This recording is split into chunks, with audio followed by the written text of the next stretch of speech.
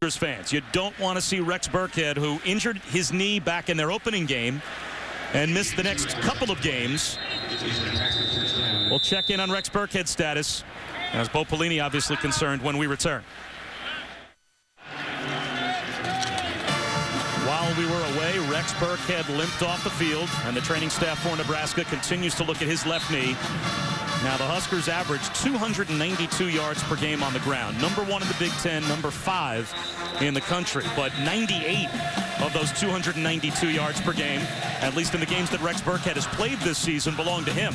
6th in school history, crossing the 3,000-yard barrier last week. And a couple of weeks ago, in 4 games this season, he's averaging about 100 yards per game. But a knee injury cost him the better part of 3 games to open the season. And now with Taylor Martinez set to go on 1st and 10, the officials stop play.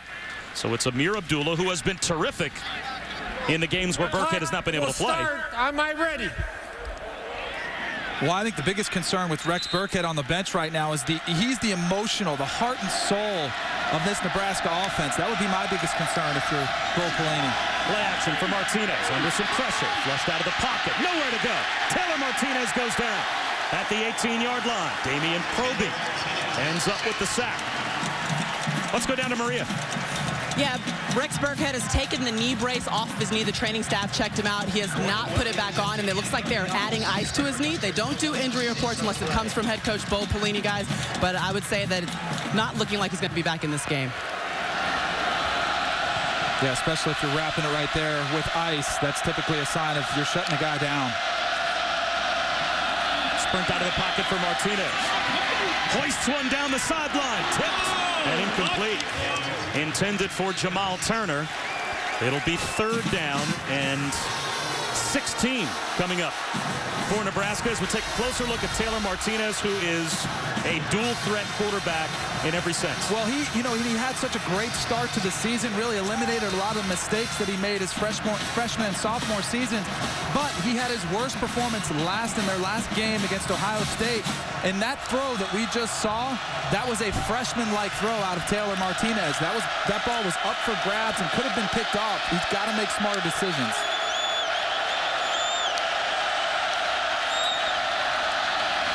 Martinez flips one off his back foot underneath.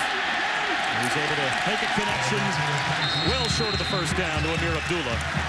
As Abdullah gets out close to the 25-yard line, Daniel Jones brought him down, so that helps Nebraska slightly from a field position standpoint, but Bo Pelini's team goes backwards, and he is displeased. he always looks displeased, though. It's, which most great coaches do look like that on the sideline. They expect greatness out of their players, and low snap scooped up by Maher and a wobbly punt. Benrick Mark lets it roll and then touches the football. Did he get it back, or does Nebraska have it? Nebraska's got it. The Huskers have it at the 11-yard line. 2 mistakes by Benrick Mark, it looked like, letting it bounce in the first place and then going after a rolling ball after he let it bounce. Yeah, as soon as that ball hits the ground, you have got to run in the other direction because that ball does some funky things when it starts rolling. And I know he was trying to do his best to save yardage, to get that ball and prevent his offense from getting pinned back, but that is the worst thing you could do. Ben Cotton, the tight end, comes up with the fumble recovery after a 58-yard punt. The officials having a discussion right now to see which team touched it first, but as we saw, it was pretty clearly it was Venrick.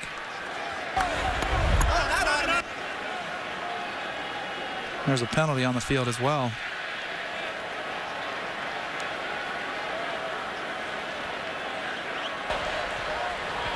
Personal foul, number 3 of the kicking team. That penalty will be reinforced. 15 yards, previous spot, repeat, 4th down. Wow, what a huge break for Northwestern. And Venrick Mark can breathe a huge sigh of relief. He gets another shot at this return in what could have been a costly mistake. Well, they've got a couple number 3s that play for Nebraska. Damian Stafford wears 3 on the defensive side, so he's guilty of the penalty. And what a huge turnaround that is. And is there a college football player anywhere in America breathing a deeper sigh of relief than Venrick Mark right now, as he'll get another chance. And this will put Maher back in his own end zone to wipe away the turnover and change field position all at the same time.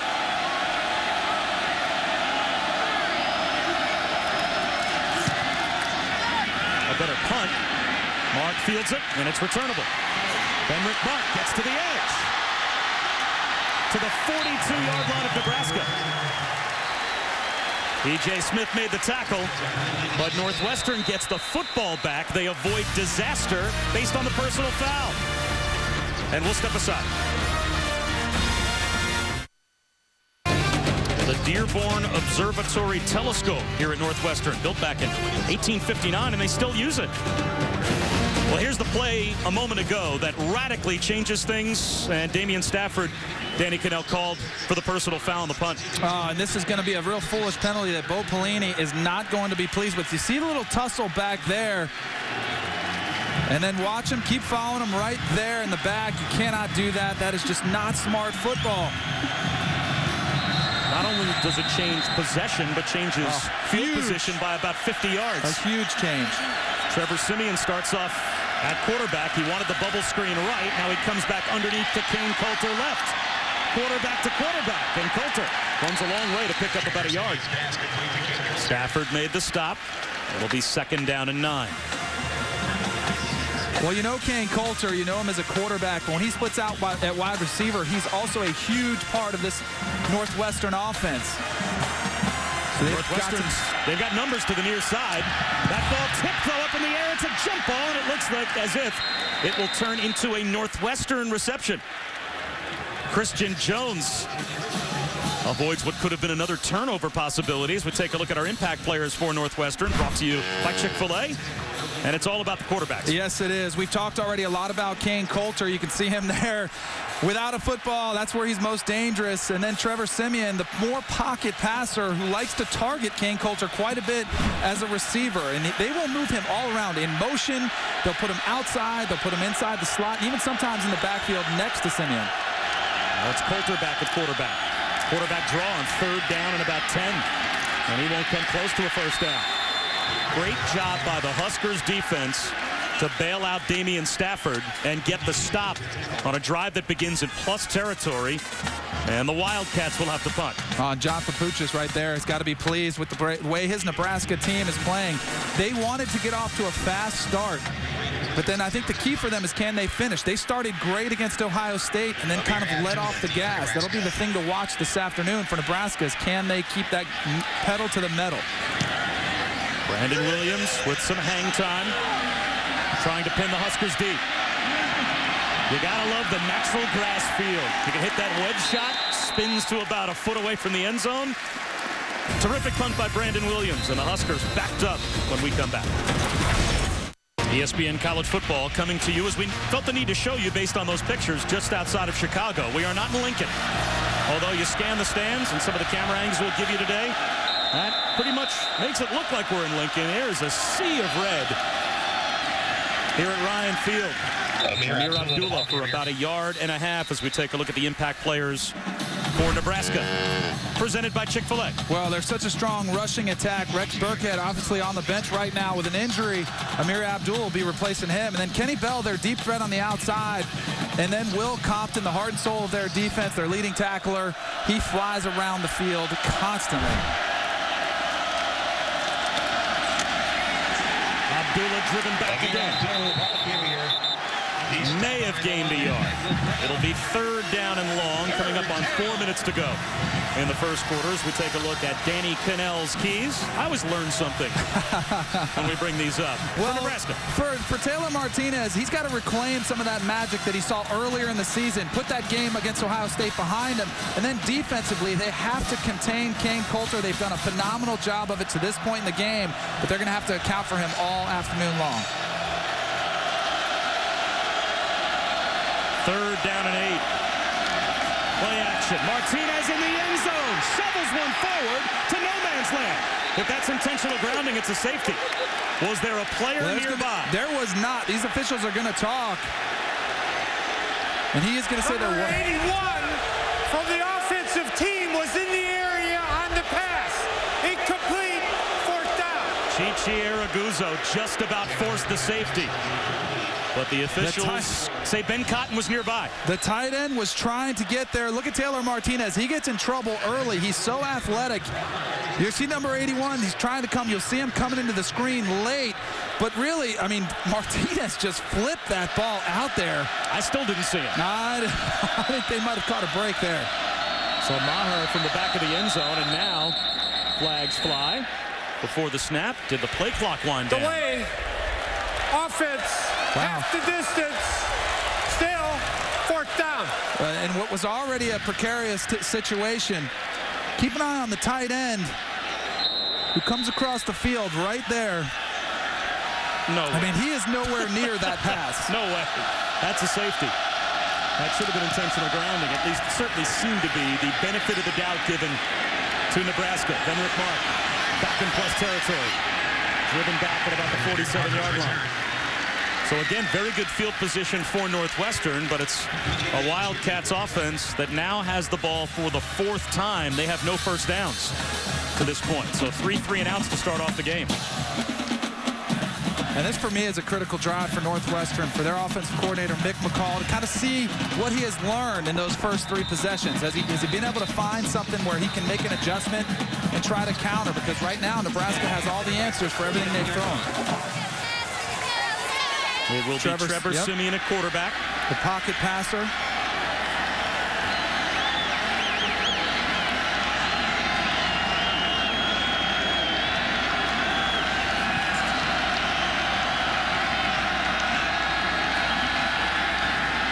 Vitale is open. Scoots up the sideline and picks up 4 yards. It'll be 2nd down and 6. And we've got the number 1 team in the land on ESPN tonight. A.J. McCarron and the Crimson Tide head to Knoxville to take on Tennessee. College football primetime presented by Hampton Hotels. Top-ranked Alabama against the Vols tonight at 7 on ESPN. Also live, watch ESPN. That's a dropped pass for what would have been the first down for Northwestern. Christian Jones couldn't hang on, so now it's 3rd down and 6 at the 45. Trevor Siemian, the pocket passer at quarterback for Northwestern. He can place the ball in tight windows. That was a tight throw right there. Christian Jones has got to make that catch. Would have been spectacular, but you've got to make those for your QB. Kane Coulter is the nearest man to the tackle box. Trips to the left, and that's where Siemian wants to go. High pass intended for Coulter. That's incomplete. That's 4 3 and outs for Northwestern to start the game, including 2 3 and outs on drives that began in plus territory. Something showing up early here by Nebraska. They're challenging Northwestern's wide receivers. They're getting up in their face. They're pressing them. And that, to me, shows a lot of confidence in your athleticism, your ability to stay with the weapons for Northwestern.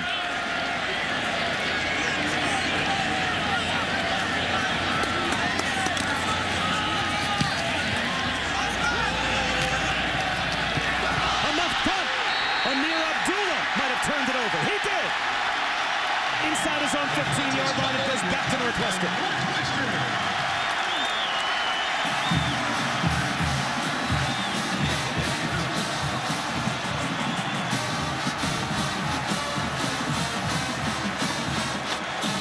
The ball in the hands, just right through the wickets, and then can't find the football.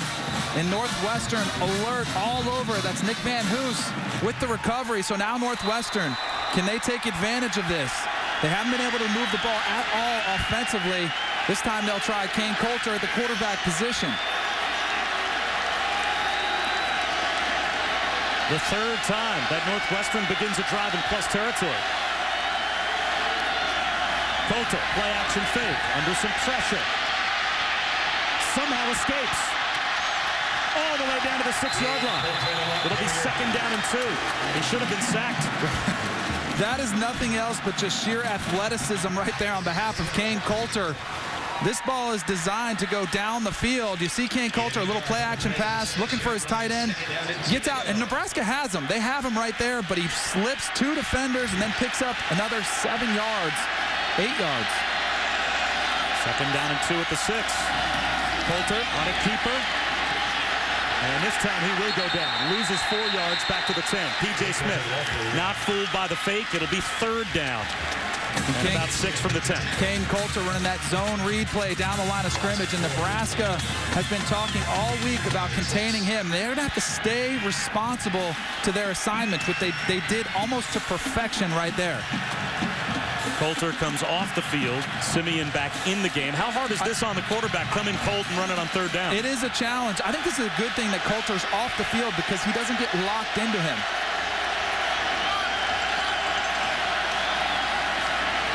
Simeon finds a man at the 5-yard line for a walk-in touchdown.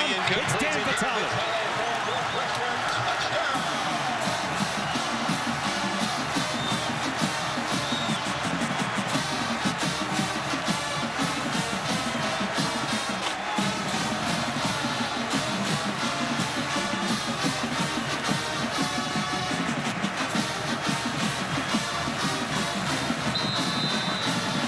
Third touchdown pass on the season for Trevor Simeon. And Northwestern on the verge of scoring 7 after Amir Abdullah muffed the punt. The first down of the game for the Wildcats is a touchdown that gives them the lead. Dan Vitale, the super back, as they like to call him, playing an H-back position. You'll see him come from the left side of the screen. Just a short crossing route. Nebraska can't keep in, and he takes it in on his own.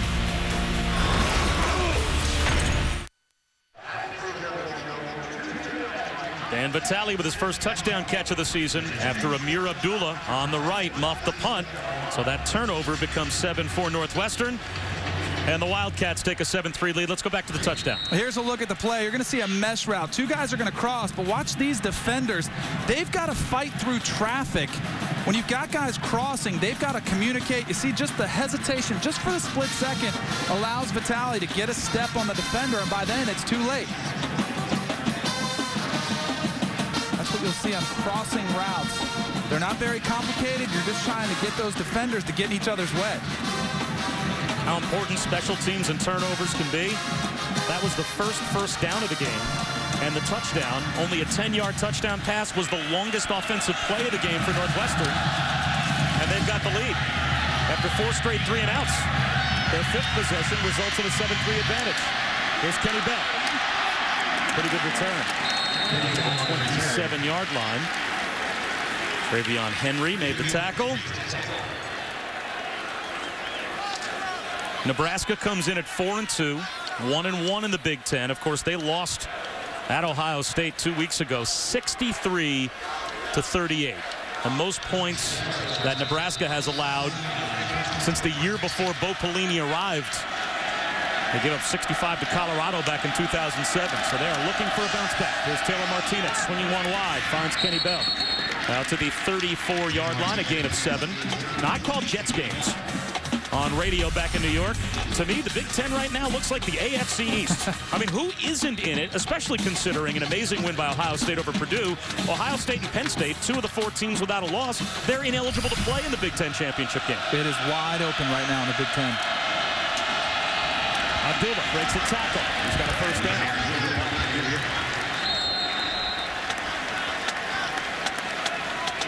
And Amir Abdullah a little slow to get up. Rex Burkhead already leaving the game, in case you're just joining us, earlier in the first quarter with what looks to be a left knee injury. Amir Abdullah is a very capable backup, but the Huskers would like to have their main running back. Here's Taylor Martinez. Blockers out in front, hurdles his way for another Nebraska first down. Wow, Taylor Martinez, the reason that play was successful was the guys he had leading for him just plowed Northwestern's defenders. Watch the guard, the center pulling, number 8, Abdullah. Those Northwestern defenders all on the ground made that a pretty easy run for Martinez. Abdullah caught behind the line. They have fought his way for a yard. It looks to be good for a gain of 1 to the 46 of Northwestern.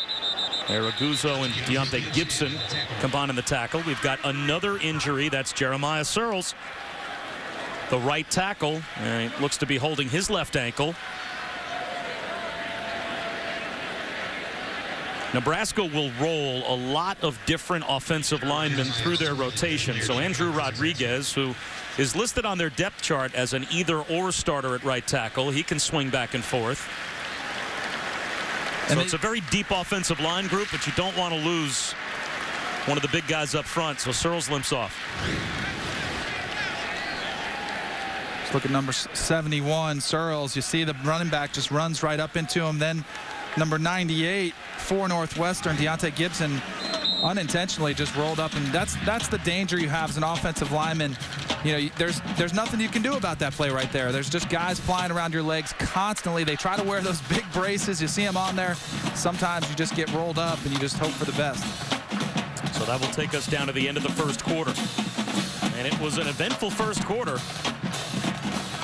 Only 30 yards of total offense in the first quarter for Northwestern. And they still have a 7-3 lead over Bo Pelini's Huskers.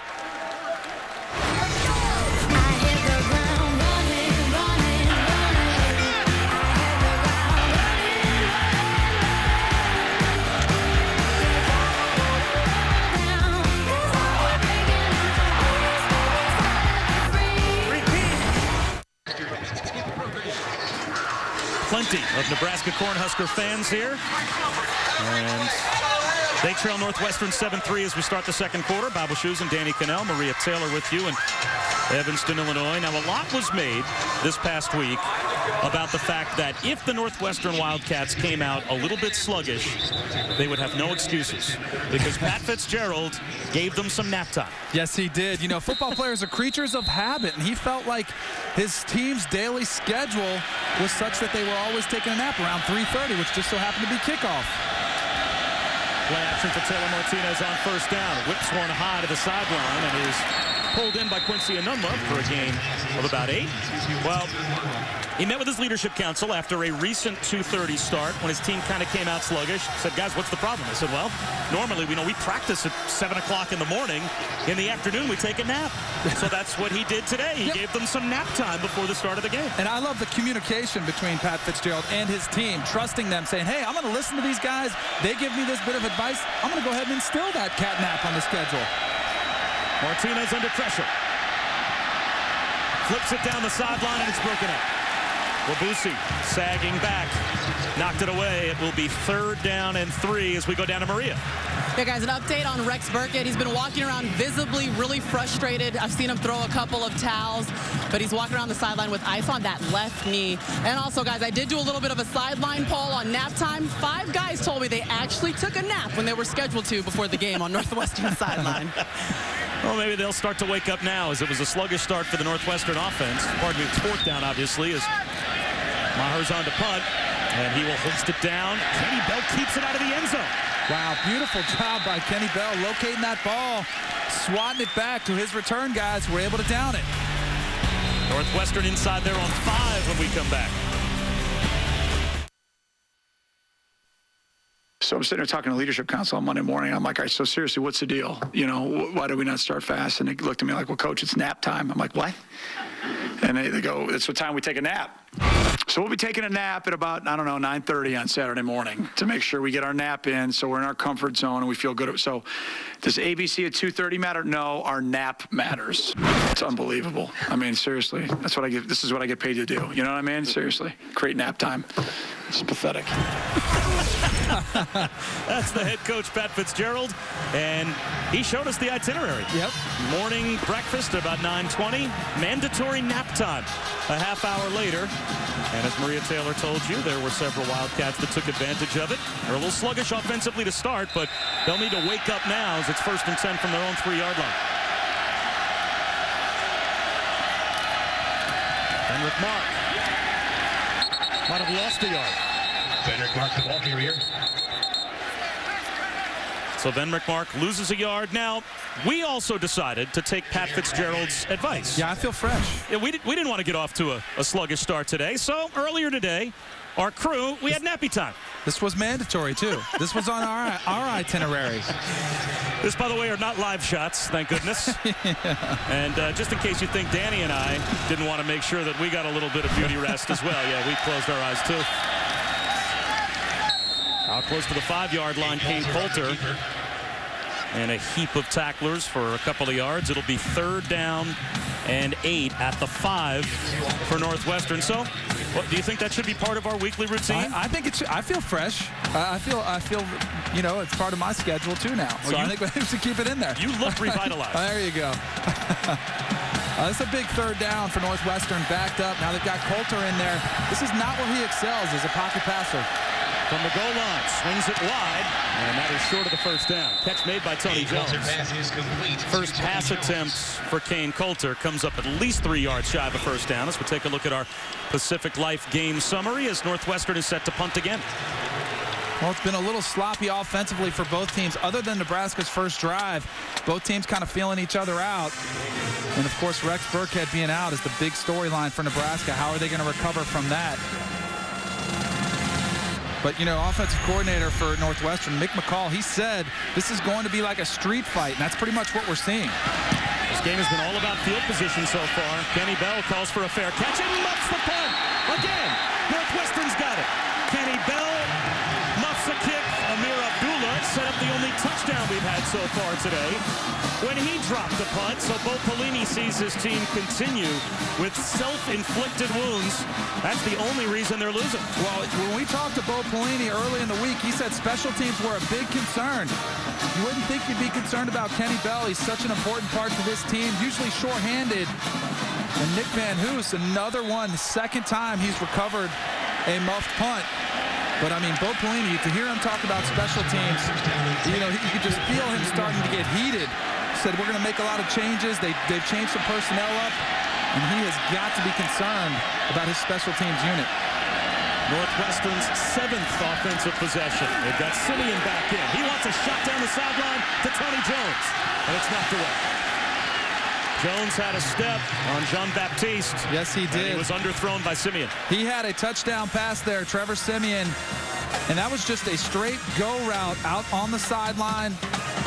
There's Tony Jones. That ball is a little bit underthrown, which allowed Stanley Jean-Baptiste to catch up to that football.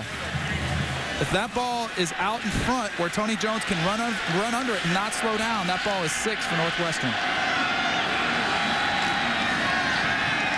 Simeon wants a throwback screen. High pass. Almost intercepted with a flag down in the offensive backfield as well. P.J. Smith should have picked that ball off. This will most likely be holding, and it will against Northwestern. But that should have been a turnover going back in the other direction. Well, a couple of these throws by some of the quarterbacks playing today on both sides of the ball. Some questionable decisions. That time it was Trevor Simeon. Now, you've got a screen called. He's trying to get it to his guy, but that ball floated in the air for what seemed like an eternity. Holding, number 75, offense. 10-yard penalty. Repeat, 2nd down. Calls on Jack Kanapka. He was a tight end last year. Now he's starting at right tackle this year. Well, Northwestern only has 1 first down. Right. Still good for the lead. And look at their touchdown was when they had the ball with incredible field position off the turnover. Other than that, they have not been able to generate any kind of momentum. 4-man rush. Simeon down the sideline looking for Jones again. It'll be 3rd down and 20. Again, Jean-Baptiste there in coverage. Now, what Northwestern is trying to do, they're trying to get the defensive backs for Nebraska to back off of them. They're playing press man coverage across the board. They're getting in the wide receivers' faces. So in order to open up the short passing game, you've got to try to back them off. Show them that you can throw the deep ball, but they're having no success with it. Here's a press. There's a press. They're up there challenging. Even on 3rd and 20. And Northwestern will play the punt. Then Rick Mark picks up 3.5, maybe 4 yards. So the Wildcats will kick it away. Aflac. Time now for our Aflac trivia question. Who was the president the last time Nebraska played at Northwestern? Ooh, that's a good one. It's been a while. That is. Since the Huskers were in Evanstan. If I give the year, does it give it away? Well, to anyone with a cell phone, it would. Anyone that has access to Google.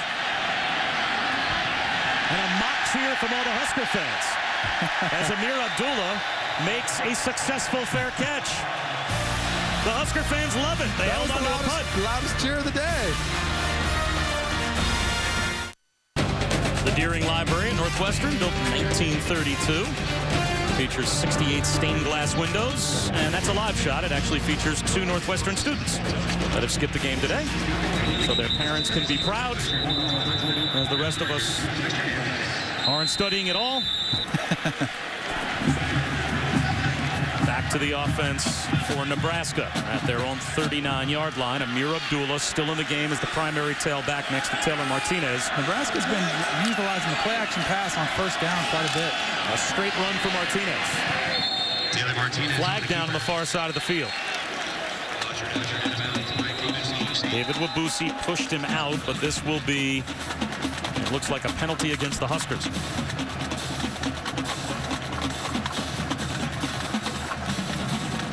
See if Pat Fitzgerald takes the down or the penalty. It was only maybe a half-yard gain on first down.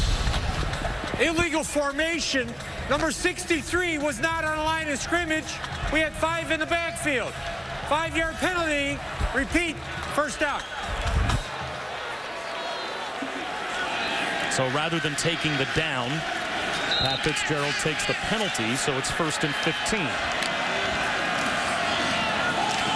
Getting to the edge is Abdullah.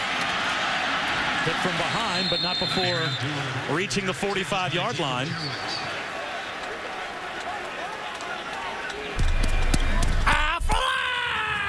Bob, what's your clue? Time now for the answer to our Aflac Trivia question. The president the last time Nebraska played at Northwestern.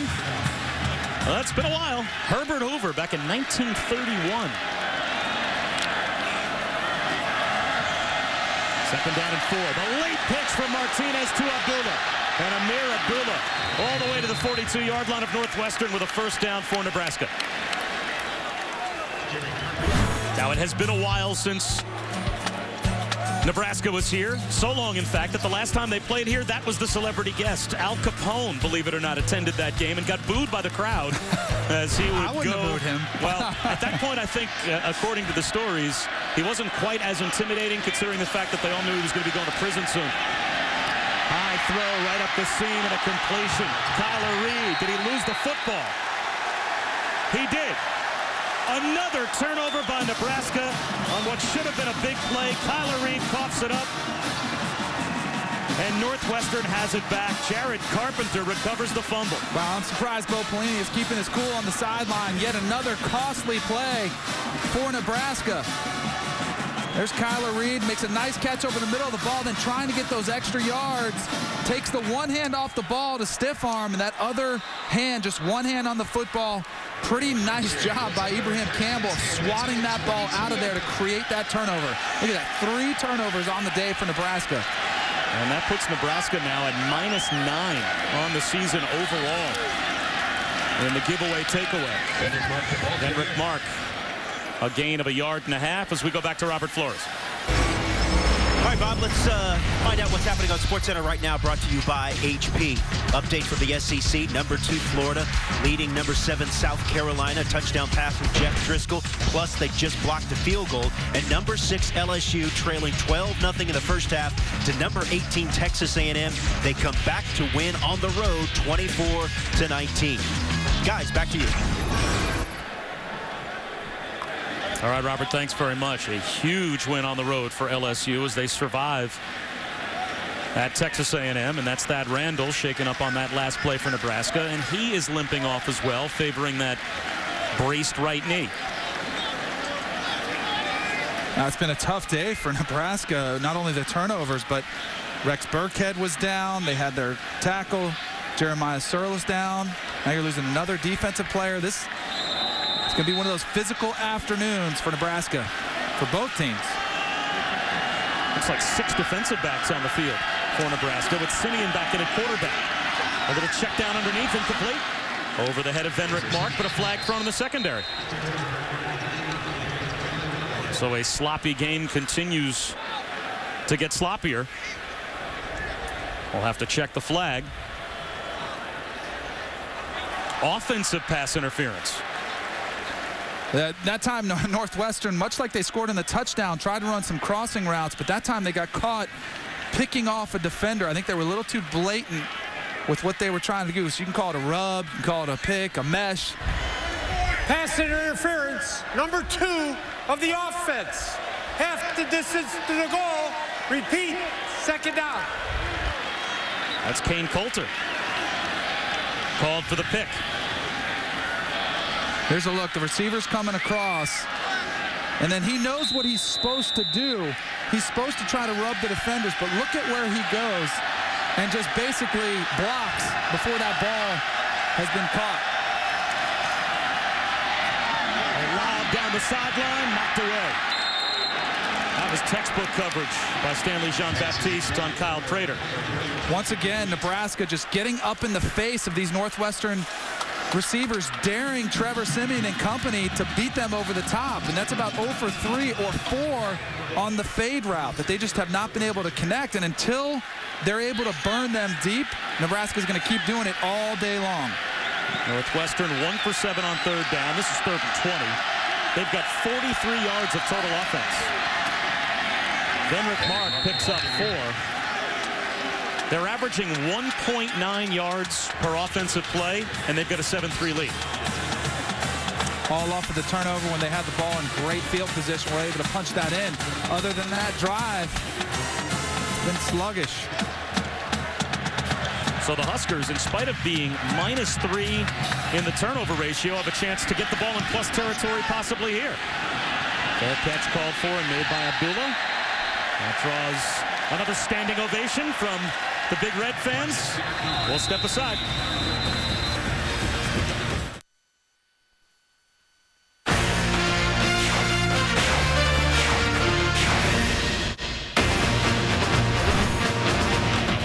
Ryan Field sold out today, but it has as much to do with the fans in red as the fans in purple.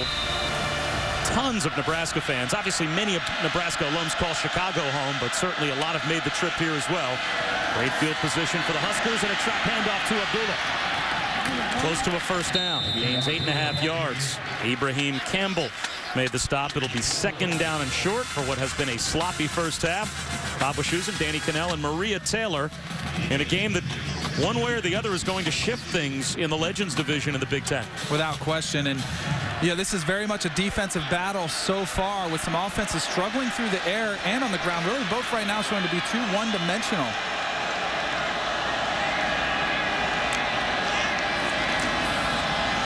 Martinez slings it over the middle to Kenny Bell. Can he get a block? At the goal line. Touchdown. Taylor Martinez pass is complete to Kenny Bell for the Nebraska touchdown.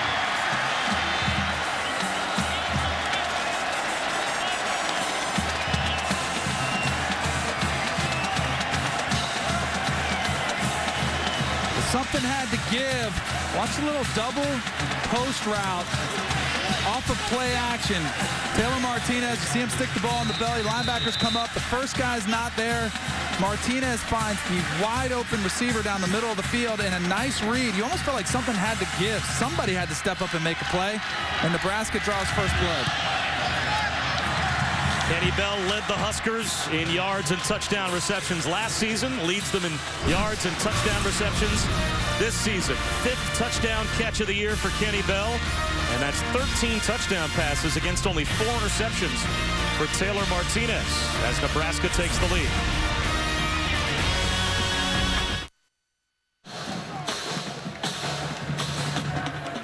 Welcome back. Nebraska just scoring their first touchdown at the game. Right after Martinez throws the touchdown, the first person he sees is Joe Gans, the GA for the offense, and he tells him that's what happens when you don't predetermine your reads. He was excited to see the GA that he really trusts with his game, guys.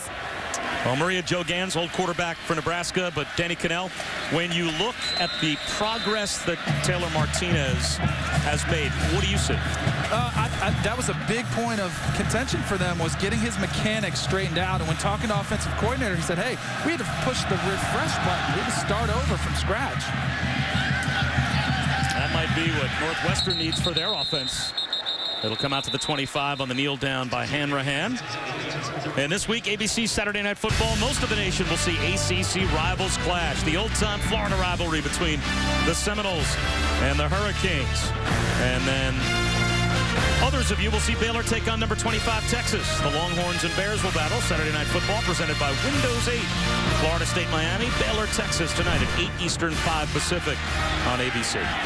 There's a look at Joe Gans talking to Taylor Martinez. And it's great to have a guy who played the position, knows what the pressure's like, knows what it's like to be back in that backfield.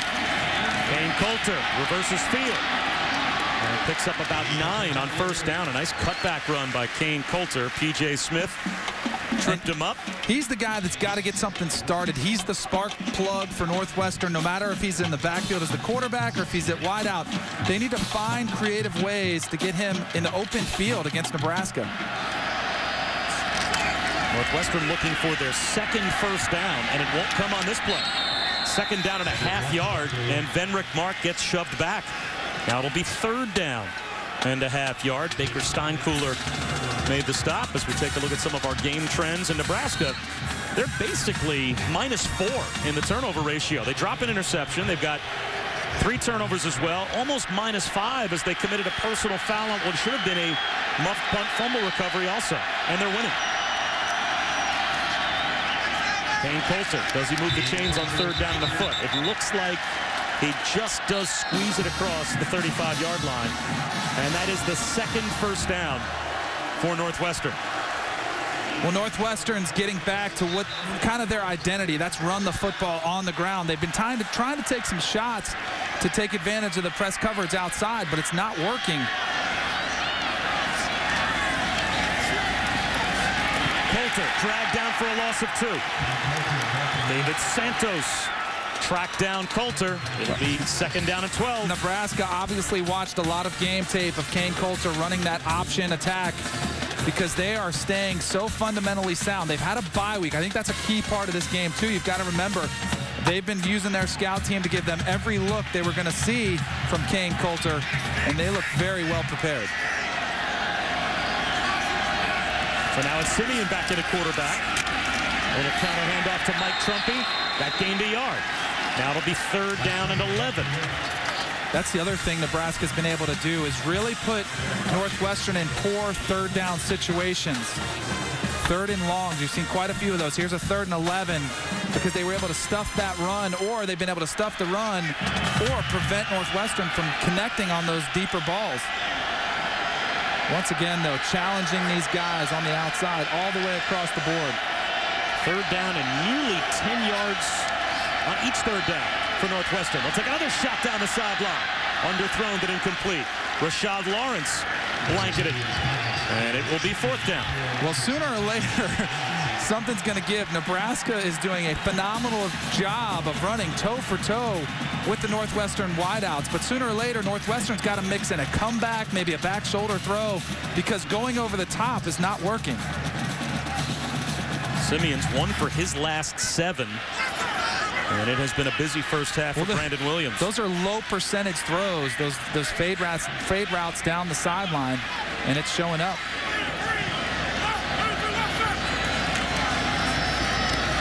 Trying to keep it away from Abdullah. And this will take a hop sideways and go out of bounds at about the 25-yard line. So it goes back to Nebraska with the field goal lead.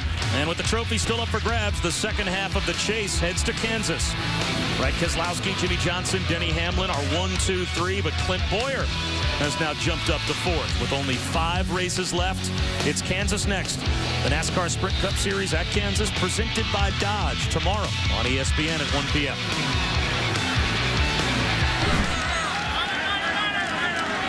Jeremiah Searles is back in at right tackle for Nebraska. And a little toss. This might be a reverse, and it is. Here's Kenny Bell.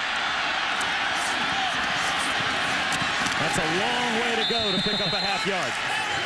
Ibrahim Campbell stayed home and made the stop on Bell. That's the problem I have with some of these reverses that you run. You lose so much ground to set it up that by the time you get back to the line of scrimmage, everybody else has had time to recognize and catch up to the play. And that's exactly what happened there. Bo Pelini's offense still playing without Rex Burkhead, left with a knee injury back in the first quarter. Taylor Martinez breaks a tackle. He's about a yard and a half shy of a first down. It will be third down and short. Damian Proby, the leading tackler for Northwestern, made the stop. on a good decision with the football there by Taylor Martinez to keep it himself. He runs that zone read quite a bit as well and does it so effectively. He's such a great runner on the ground and has really improved as a passer this season. Nebraska 1 for 5 on third down. They'll try and throw for it. Martinez, a little dump across the body to Abdullah, and he's well short. Proby stayed with Amir Abdullah, and it will be fourth down, and Northwestern will get the football back. Got a big stand for Northwestern. Their defense is going to have to kind of carry over their offense until their offense can make some adjustments and try to move the football. So now it's Venrick Mark back to receive the punt. Northwestern averages about 408 yards of offense per game. They've got 57 yards of offense in the first half, and yet they're only down by 3. And a shanked punt is going to go out of bounds. Might be near midfield by the time it is right at midfield where Northwestern will take over. Great field position. Last time they had great field position, they were able to capitalize. A 16-yard punt by Brett Maher as we take a look at this week's BCS standings, brought to you by Tostitos. And I know Danny Cannell, when he saw the BCS standings officially come out for the first time last week, with that ACC bias and bitterness coming through, not a fan of the fact that Oregon got knocked back to third. I think Oregon made a pretty clear statement, too, on Thursday night with a big win against Arizona State. It'll all work itself out, though. That's where we can all relax, including myself. First and 10 at midfield. Simeon with a bullet throw and a connection. Only a 4-yard gain to Rashad Lawrence. It'll be second down and 6. Northwestern trying to go up there with a little no huddle. The thing you're doing there is you're trying to get those DBs to back off, and yet here they come. 4-man rush. Simeon slings it to the sideline. Short of the first down by 2 yards. Kyle Prater steps out at the Nebraska 42, so it will be third down and 2. And I like Mick McCall, the offensive coordinator for Northwestern, giving Trevor Simeon some easier balls, some higher percentage throws, kind of build his confidence to set up the deep shots. Here comes a blitz on third down. Venrick Mark right at the first down marker. Where will they spot the football? He might be shy. I think he is going to be short. And I don't think it was the best spot for Northwestern, just from up here, seeing that where the official spotted it. And Northwestern is going to go for this. Yeah, you might want to take a look at the spot here. Well, Northwestern will talk things over. Is that the runner was short of the line to gain. Fourth down, the play is under further review. So we'll step aside.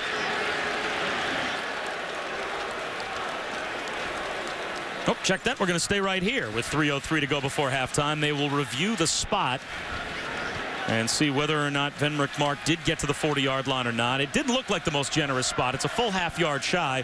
They didn't even need to bring the chains out to measure. No, with the call that they had. Well, this is the play before when Kyle Prater stepped out about 2 yards shy. And then here's the third down and 2. Here's Venrick Mark. And from where he fell forward, I mean, look, those are his legs right there.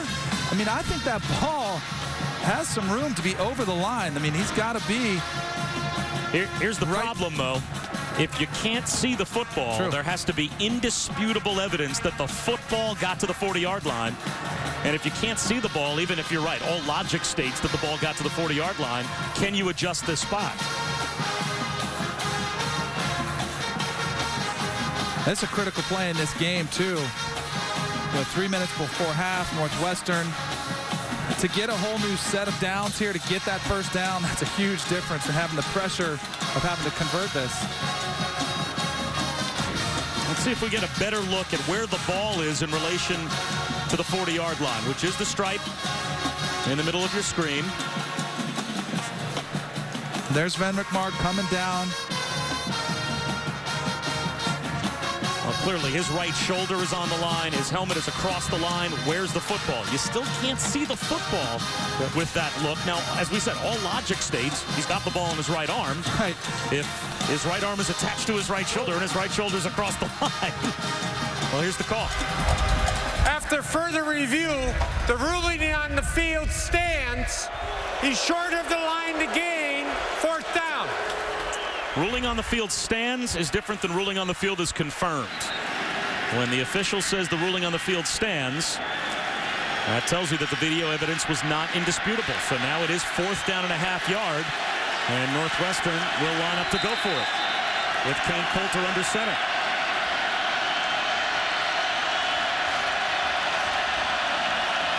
Will they snap the ball? Yeah, I think they've got to play here. They just kind of wanted to see what Nebraska was going to do. Coulter with a quarterback sneak. And he's got a couple of yards. No doubt that they had the first down on that one. Good surge by the offensive line. Now they've got the new set of downs that they've got. Now Simeon's back in there at quarterback, who was moving the ball from that no huddle. But again, look at all the presses across the board. Again, a 4-man rush. Simeon, that ball batted down at the line. Looked like Joseph Carter got a hand up to knock it down. Let's check in with Robert Flores. All right, Bob Taco Bell studio update, and it's been a big first half for the Florida Gators and Jeff Driscoll. He has 3 touchdown passes, and the Florida Gators out to a 21-3 lead on South Carolina at home late in the first half. Meantime, BYU leading undefeated Notre Dame in South Bend 14-7. That one also late in the second quarter. Well, Robert, we've got a tight one here. 10-7, Nebraska on top of Northwestern. The Wildcats in plus territory. They only have 3 first downs here in the first half.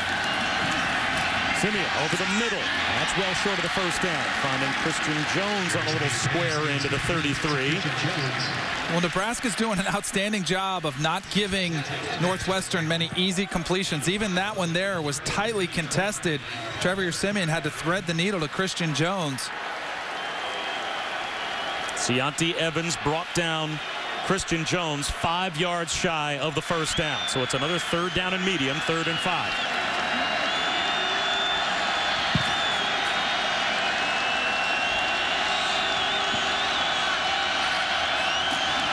They're trying to run for it with Mark. And the pile moves close to the first down marker. It looks like he's got it. How about that surge by the Wildcat offensive line? And Venrick Mark. How about the effort, the second effort from Venrick Mark? I mean, that ball, he was well short of the first down, and then that's the second effort. And he's not the biggest guy. He's 5'8", 175 pounds. But he runs big. The first drive of the game where Northwestern has more than 1 first down.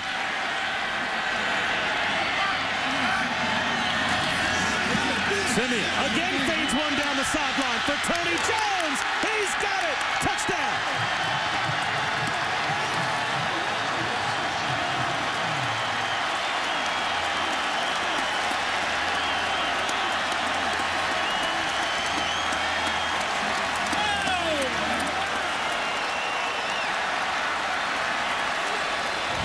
Well, it wasn't the first, second, or third. It was the 6th time was the charm on the fade route.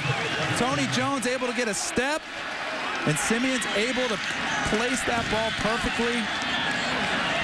Finally, Northwestern able to capitalize. Second touchdown pass of the first half for Trevor Simeon. We found Dan Vitale in the first quarter. He finds Tony Jones here before halftime. And taking the lead, the Northwestern Wildcats. They only have 107 yards of total offense, and they're on top on the scoreboard.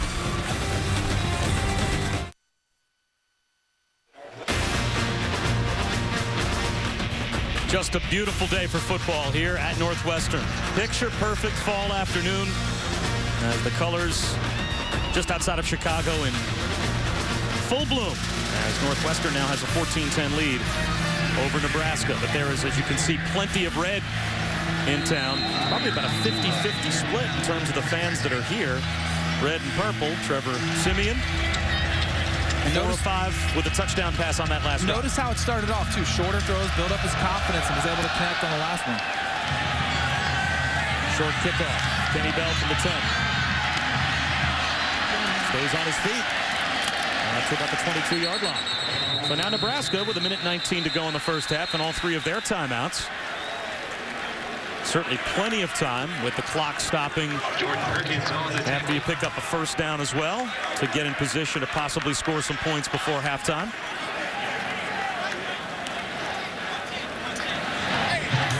Now an opportunity for Taylor Martinez to showcase his skills from the pocket. Of course, he's always dangerous as a running threat, but in this situation, you'd expect him to be a little bit more of a pocket passer.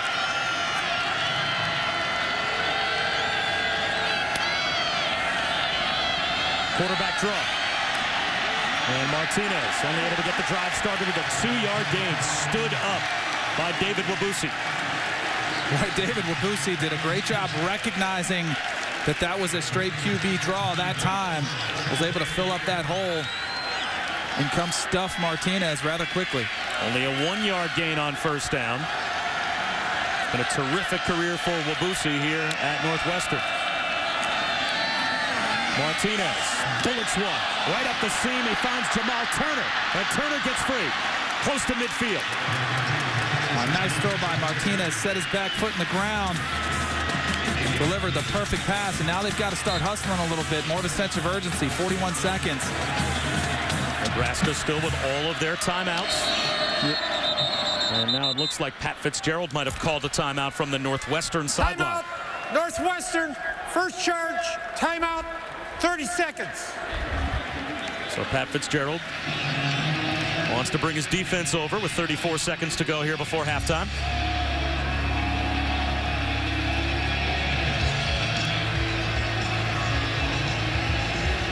This is a game that really could change both of these two teams' seasons radically depending on the outcome and affect the divisional race in their half of the Big Ten. We talked about the standings when we came on the air and the fact that you've got two teams still without a loss. A great win today for Ohio State coming from behind to force overtime and beat Purdue.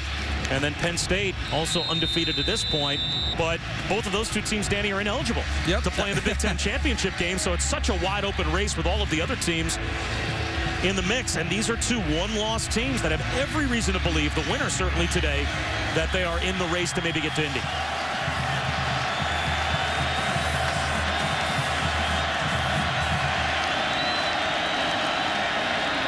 Martinez, long throw across the field. He's got Jamal Turner again. And Turner brought down inbounds. And now Nebraska will have to spend one of their timeouts with 24 seconds to go in the first half. They've got plenty of them. That's what allowed Turner to kind of make that move to the inside. When you've got all those timeouts, that luxury, you can work the middle of the field. You can throw that ball and try to catch that defense widening out towards the sideline and take a shot, or work it back with a simple check down. Sometimes those guys can pick up a lot of yards on the ground. You just get up there and call a quick timeout. I'm surprised they didn't call a timeout, though, before their first completed pass. There was about 7 or 8 seconds that I felt like was kind of wasted on the clock, and they become so critical in this situation. Well, Pat Fitzgerald managed the clock there well. He wanted to call a timeout to make sure that his defense was set, but he waited until the ball had been set for play, waited until the clock started to wind, and just as Nebraska was about to snap it, that's when he called his timeout to take as much time off the clock as possible.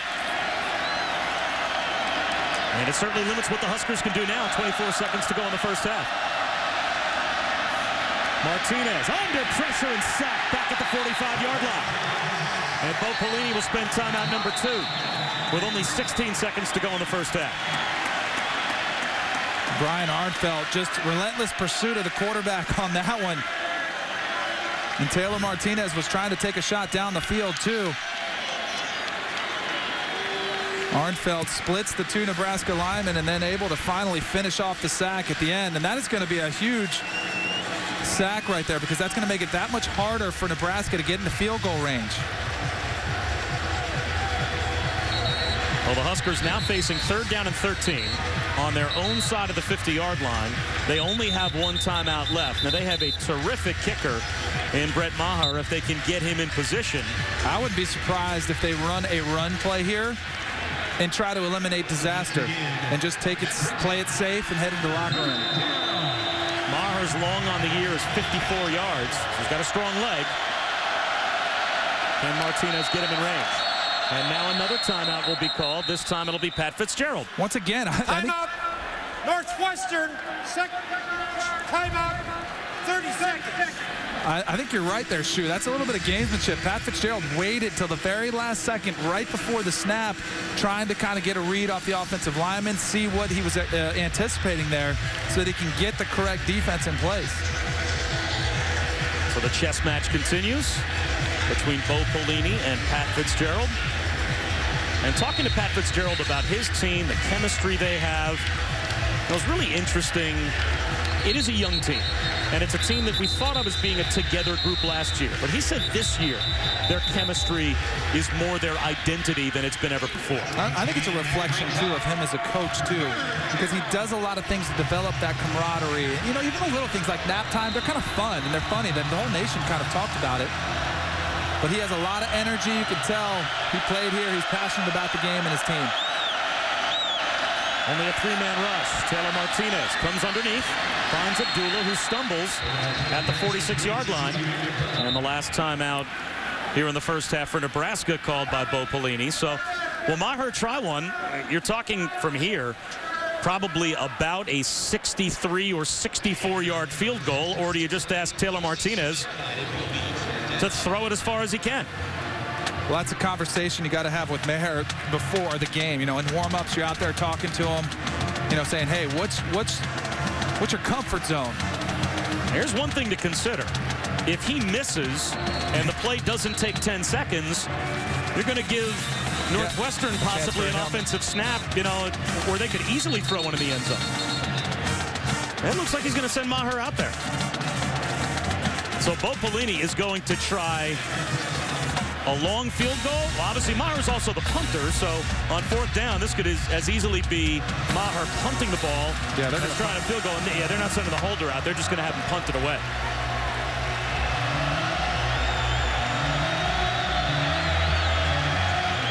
Northwestern has no return men back deep, as they are simply guarding against any type of a trick play. And Maher will let it go. Will roll down at the 1-yard line. And inexplicably, with the ball dead on the 1-yard line, it looks as if Punt is down at the 1-yard line, and that concludes the first half. The ball that'll win the first half. Wow. I was thinking the same thing as you. Let's go down to Maria. Yeah, Coach, 3 turnovers in the first half. How do you get it back on track offensively, eliminate those errors? Well, 2 of them run special teams, obviously, and then, you know, we got to eliminate that. We're lucky to be in the game. Playing well defensively, we got to get our act together. All right. And what do you think about Martinez's play in the first half? He did some good things. He's got some things he's got to fix for the second half. All right. Thanks, Coach. All right, Maria. Bo Pelini not pleased, as his team is -3 in the plus-minus ratio, and they are behind on the scoreboard as well. The halftime report coming up next with Northwestern on top by 4.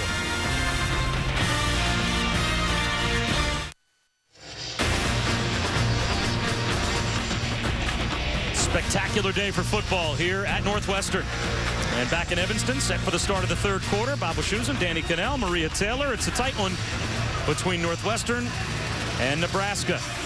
Nebraska won the toss, deferred their option to the second half, so the Huskers will start the second half with the ball. Great atmosphere, sold-out crowd, at least in part due to the fact that you could see a couple of people in red found their way to Evanston. Quite a bit, quite a bit of representation on behalf of the Cornhuskers. Northwestern was +3 in turnovers in the first half, and they used that to take the 14-10 lead. Only 107 yards of total offense. Here's Kenny Bell from the goal line. A little cut back, and he barely squeezes past the 15-yard line as we take a look at our Pacific Life game summary. And Northwestern with 2 touchdown passes, Danny, thrown by Trevor Siemian. Trevor Siemian, once he was finally able to calm down a little bit, the first one on a simple crossing route early in the first quarter, able to capitalize off the turnover, and then later, finally, able to connect on a fade route down the sideline. And that'll be something to watch for. Will Nebraska keep challenging those Northwestern wide receivers throughout the second half? Taylor Martinez with Amir Abdullah to his left. On a keeper himself, and he's got room. Taylor Martinez sidesteps a tackler all the way out to about the 29-yard line. And not only is it Danny and myself, but he also found one of our other guys that found his way back here to his old stomping grounds. Michael Wilbon, you see him on PTI on NBA Countdown. And he was out there tossing the coin. You know, it's a little bit hey, different, Bob. You're an alum. You got to wear your colors. I'm happy to wear them. There's a lot of red out here. We got some purple, but I'd like to see more. The guest captain today is Amir Abdullah. Uses the stiff arm, gets out to the 40-yard line out there to toss the coin. Northwestern football, Pat Fitzgerald, where he has the program right now as an alum, in your opinion? Well, I mean, he's got it beyond expectations of the community, not beyond his own expectations. He was All-American here, two-time All-American, Defensive Player of the Year in the Big Ten, led his team to a Rose Bowl. He expects this and beyond, and he's got recruiting improved. Every single thing improved as we watch Taylor Martinez here. Wanted to run the option. A little shovel pitch late to Abdullah. And that was well stretched by the front seven for Northwestern. A gain of only about 1.5 yards. Now, you're pretty involved with the program here at Northwestern. Come to some practices in the offseason. Who are some of the players on their squad that impress you? Well, you know, people are just finding out, Danny, about Venrick Mark. And people here knew. And I think people who scout in the professional business who get around the campuses knew. And this kid, he's not having a lot of space today with this Nebraska defense. But he's been very impressive so far in the Big Ten season. Martinez can't hook up with Quincy Enunwa. So it will be third down and about 9. You said you were down in the field before the game, watching Nebraska, the physical difference potentially between the Huskers and the Wildcats, and where we're at right now. Size and speed. And that's what Northwestern's trying to get to, and Pat Fitzgerald hopes to. But the combination of size and speed, I mean, Nebraska's got that over almost anybody and everybody except some of the SEC schools. But it's amazing to watch them that close and in person. Huskers are 1 for 7 on third down. Only a 3-man rush. Martinez with plenty of time, but that is short of the first down again. Is this an area where they go for it? Found Tim Marlowe just shy of the 50-yard line. Would you go for it on fourth down and 1.5 yards from your own side of the 50? Not in this situation, the way the game has unfolded so far. I saw a couple of the right tackle, Jeremiah Surlas, wanted to go for it, trying to plead with Bo Pelini, give us a shot. But at this point in the game, the way the game is played, too, it's been kind of ugly. Teams feeling each other out. I think to try to play a little bit of field position here and pin Northwestern back. So Maher kicks it away. A line drive. Venrick Mark waves his teammates away, and it will go out of bounds inside the 10-yard line. At about the 7. So we'll step aside. Michael Wilbon, thanks for a few moments. We appreciate it. Appreciate it. The honorary captain for his Northwestern Wildcats today. They've got a 4-point lead. Welcome back to Ryan Field, where I had the chance to catch up with Northwestern's head coach, Pat Fitzgerald, before the start of the second half. He said 2 things need to happen offensively. Number 1, they have to take advantage of the one-on-one battles and continue to get their athletes in space. Also, he says when there are turnovers committed by Nebraska, they have to do a better job of capitalizing. All right, Maria, well, Northwestern gets the football back, but field position not on their side as Venrick Mark gets out of bounds. At about the 11-yard line, a gain of 4. We go back to Robert Flores. All right, Bob, Dr. Pepper 10 conference update from the Big Ten. Michigan State on top of Michigan. Andrew Maxwell, Paul Lang, and the Spartans, and those cool helmets leading 7-6.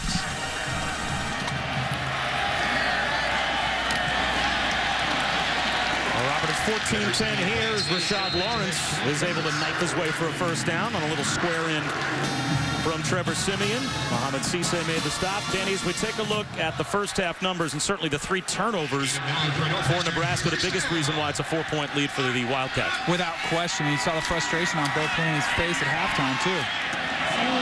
Off the fingertips of Christian Jones. Probably should have had it for what would have been another Northwestern first down. I think it was a great point that Maria got from Pat Fitzgerald, talking to him at halftime saying, hey, we're being challenged athletically. I mean, we need to get our guys in space, and they need to make plays for us, because right now, Nebraska, what they're doing, the way we keep talking about them pressing the wide receivers on the outside, that's basically challenging them, saying, hey, we don't think that you can beat us, that you can get by us. They did it once with Christian Jones. Now the question is, can they do it again? Whatever Nebraska's defensive call is, where Gallagher's got the sledgehammer, I would just go with that. To me, that's an automatic winner.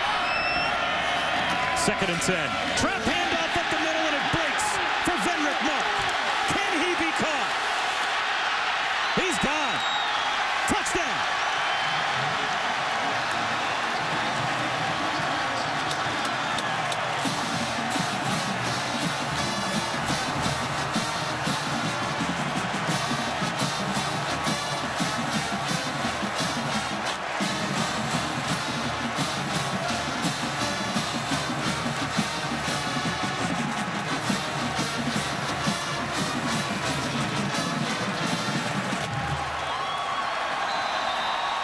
It has been a frustrating afternoon for the Cornhusker fans. Self-inflicted wounds, and finally, Northwestern breaks a big play offensively.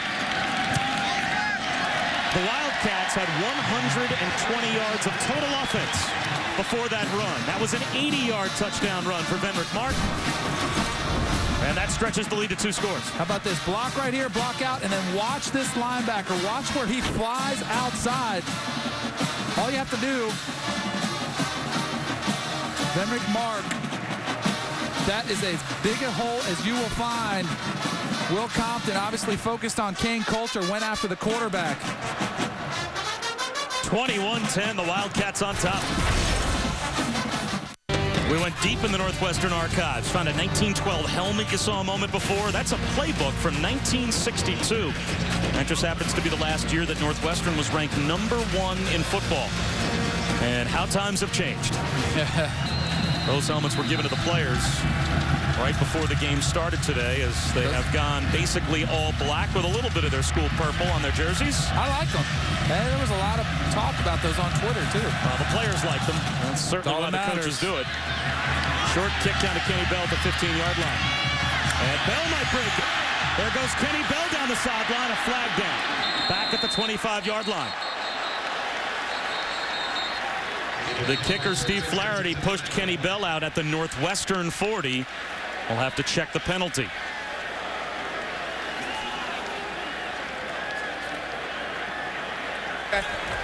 During the return, holding number 89 of the return team. 10-yard penalty, first down. So that will come back. An 80-yard touchdown run a moment ago by Venrick Mark. He's on the sideline, but yesterday we were in Cannell's classroom with Kane Coulter talking about that very play. We're going to read this outside linebacker right here, and if he gets nosy in the box, instead of blocking, these 2 receivers are going to throw a little, run a little now screen, and I'm going to throw them the ball. If he stays outside, I'm going to hand it and let Venrick do the work. There you go. You see the Sam widens out, give it to Venrick. Huge play in the game last week versus Minnesota. Good decision, Kane. He does it all the time. Well, that was a huge decision by Kane Coulter to give it to Venrick Mark a moment ago as Amir Abdullah gets to the edge, and he's all the way out to about the 30-yard line for a Nebraska first down. But I guess we'll take another look at the touchdown a moment ago, and you can tell us if it was the same read on that Sam linebacker for Kane Coulter as Venrick Mark sprung for the touchdown to make it 21-10. Taylor Martinez, play action fake, under pressure, throws a bullet that's dropped. Jamal Turner couldn't haul it in. Let's go back to the touchdown. Here's one more look. And this time you'll actually see this linebacker right here. Watch him fly out. That's the one who's widening this time. And you'll see Kane Coulter hand it off, and then look at all that space he's got to run to. Venrick Mark lets his speed take over. And much like the play against Minnesota, split the very middle of the defense. Second down and 10. Getting to the edge and stepping out of bounds, the first carry of the day for Braylon Hurd. That's a first down as Nebraska starts to step up their run game. Remember, this is the #1 rush offense in the Big Ten, #5 in the country. Both these teams made a couple adjustments at halftime and exposing some flaws in the defenses. First time we saw the middle of that Nebraska defense. This time, Nebraska exposing some of Northwestern's weaknesses. Martinez, straight keeper. And he gets bumped in midfield and driven back after a gain of 2. Damian Proby stepped up to fill from his Mike linebacker position for Northwestern. It will be 2nd down and 8. It's been all Taylor Martinez and Amir Abdullah for the most part as the ball carriers for Nebraska. Back in the first quarter, Rex Burkhead lost for the rest of today, certainly, as he is in street clothes over on the sideline now. Ice on the left knee. He, of course, missed a couple of games after injuring his knee in the opener. He suffers another knee injury today. So Amir Abdullah's been the workhorse along with Martinez as the play clock's down to 2. Play clock at 1. Do they get the snap off? They did. Quarterback draw for Martinez. Breaks a tackle. Taylor Martinez with another first down. All the way down to the 35-yard line before he's pushed out. Design quarterback, almost like a quarterback sweep there to the left side. You let Amir Abdullah lead the way for you. And Taylor Martinez with the athleticism, the ability to utilize his skill set. And he is tough to defend. I'll tell you what, you can do that much, and he's made such improvements in the passing game, too.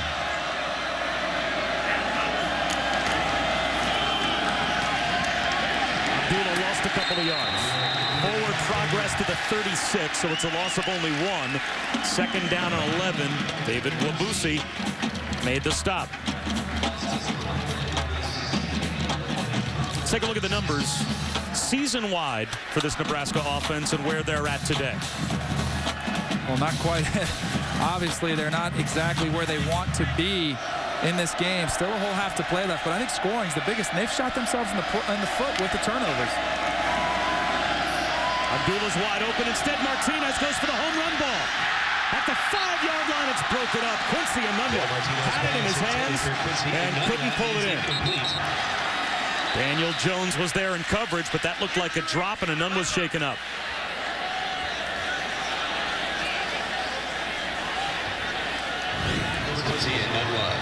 Look at Enunwa at the end of that play. Ball's just a hair behind him, almost comes down with it. Pretty good defensive play there by Daniel Jones. Just lands a little bit awkwardly, and it's good to see him up and running off the field now. Almost made the circus catch. Tell you what, if Daniel Jones hadn't got in there and batted that ball away, I think Enunwa would have made that catch. So as Enunwa heads to the sideline, second leading receiver for Nebraska off the field, and it's 3rd down and 10.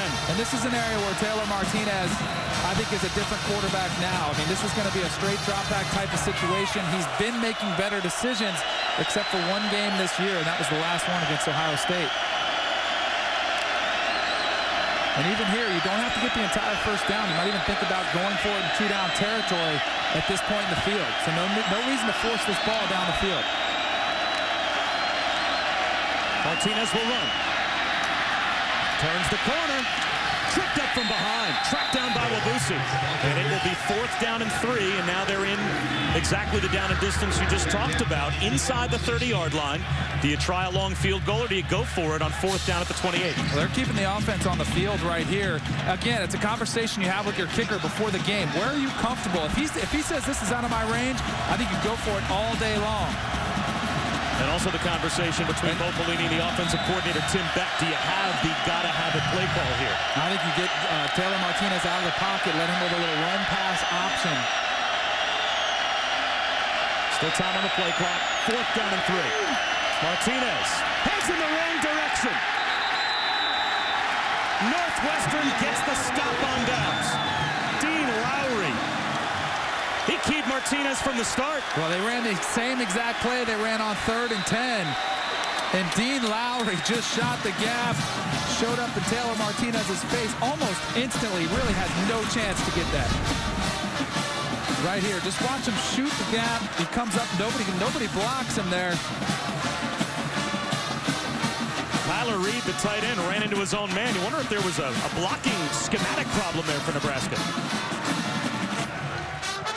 Full looks at downtown Chicago, just outside of Chicago here at Northwestern. We're not in Lincoln. As you see, a lot of red in the stands here at Ryan Field, but the folks in red quiet as Northwestern back to the offense. Venrick Mark picks up about 3 yards. Let's go back to that 4th down play, though, a moment ago, Danny, and the missed blocking assignment. Definitely miscommunication. Watch where the tight end goes. All the action's going this way, but watch where he goes. Runs into a tackle right next to him.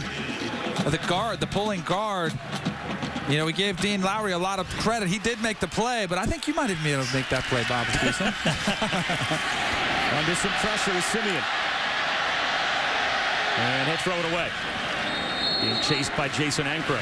So now it's 3rd down and 7 for Northwestern. Northwestern only had 57 yards of total offense on their first 9 drives. Their last 2 drives, 143 yards and 2 touchdowns. So they've really turned things around offensively, but now in danger of another 3 and out. There are a lot of opportunities out there on the field for Northwestern to make.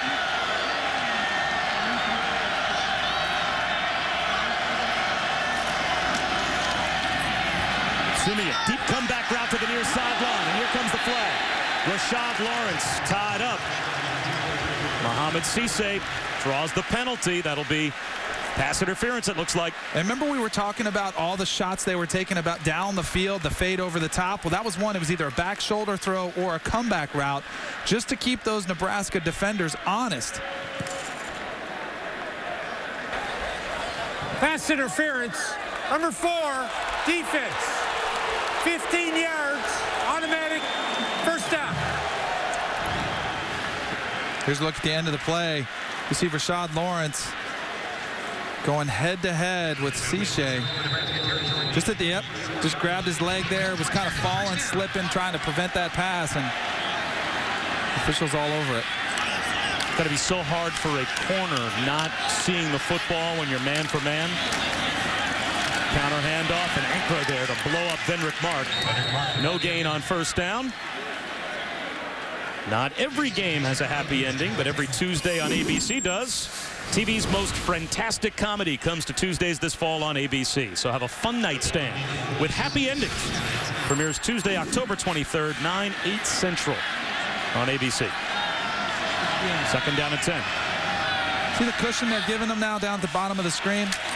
That's what happens when you run some deep balls. Kane Coulter, more of a danger to run than Simeon, certainly picks up 4. It'll be 3rd down and 6. You know, we talked a lot in the first half about how much Nebraska was challenging Northwestern's receiver, getting up there and pressing them. Well, Northwestern, they kept trying to take the fade route. They never hit it, but they did before the half. And then now you can see what happened. They had the play call there. Watch the defenders. Let's see if they stay up there or do they back off. Are they still going to press? No. Up top, you're getting a little bit more cushion, a little bit more leeway at some spots. Simeon back in at quarterback on 3rd and 6. And this play blown dead. False start. Prior to the snap, false start, number 2, offense. 5-yard penalty, remains 3rd down. That's Kane Coulter. So now it will be 3rd down and 11. We spent some time with Kane Coulter yesterday. How impressive of a young man to see. He was so impressive to sit down with. Not only his knowledge of the offense, you know, going down and taking him in and breaking down some plays, but also just listening to what he's doing academically. You know, pre-med major, you know, having that load as well as being the man for Northwestern. Pretty impressive. He comes off the field now on 3rd and 11. 4-man rush. Simeon well protected. High ball to the sideline. Incomplete. Christian Jones couldn't lay out to make that catch. Ciante Evans there in coverage, and Nebraska gets the stop.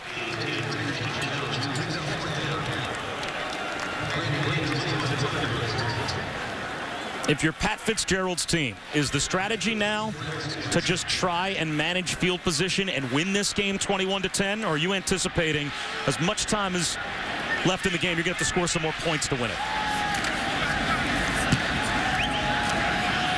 Abdullah, fair catch at the 13. You know, but I think this is a hard place to coach from. When you're up by 11, there's still a lot of time left. I think you still have to stay aggressive. Like they did that last drive, they took their shots down the field.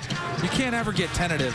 You know, unless you're in a 4 minutes left to go in the game type of situation where you're trying to milk the clock, and you might start calling the game a little bit differently. But at this point, you've got to say, hey, look, Nebraska still has Taylor Martinez. You know, they've got Amir Abdullah. They've got you know, Kenny Bell on the outside. They've got playmakers that can score just like that. So you've got to keep that offensive pressure.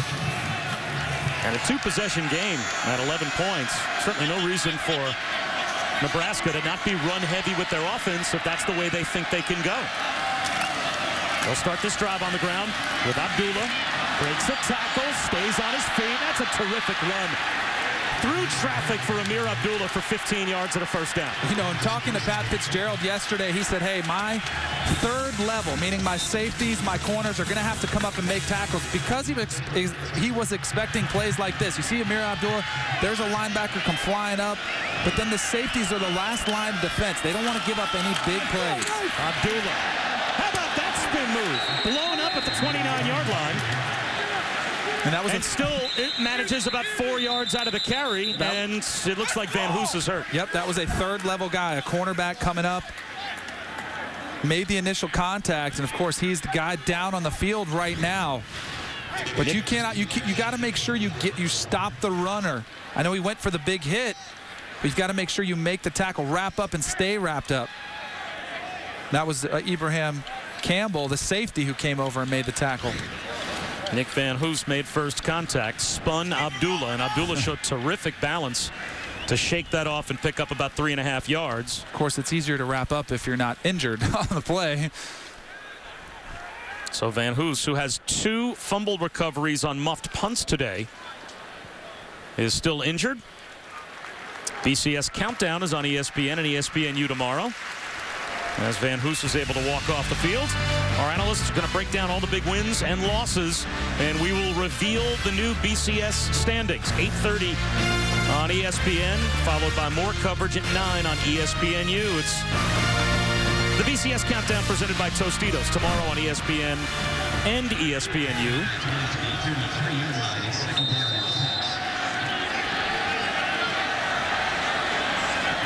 So with one of their starting corners off the field now, Northwestern in the secondary, 2nd down and 6 for Nebraska. Abdullah, about 2 yards shy of a first down. Travion Henry, Daniel Jones combine on the tackle. It'll be 3rd down and 2.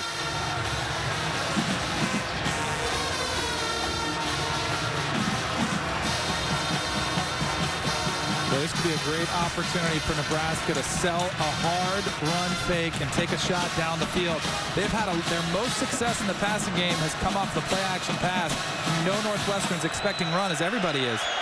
Stephen Osborne's the lone wideout, tight to the near side left.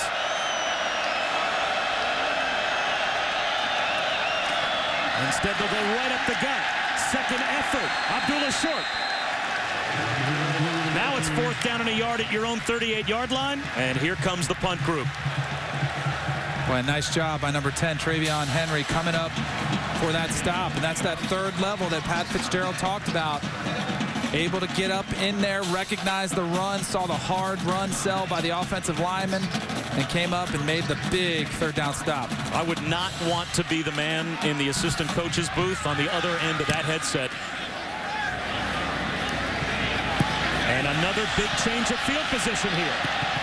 All the way down inside the 5-yard line. It's down at the 4. I'm not sure what Venrick Mark's thinking about. No, it's a 58-yard punt. Yeah. He let the ball sail over his head.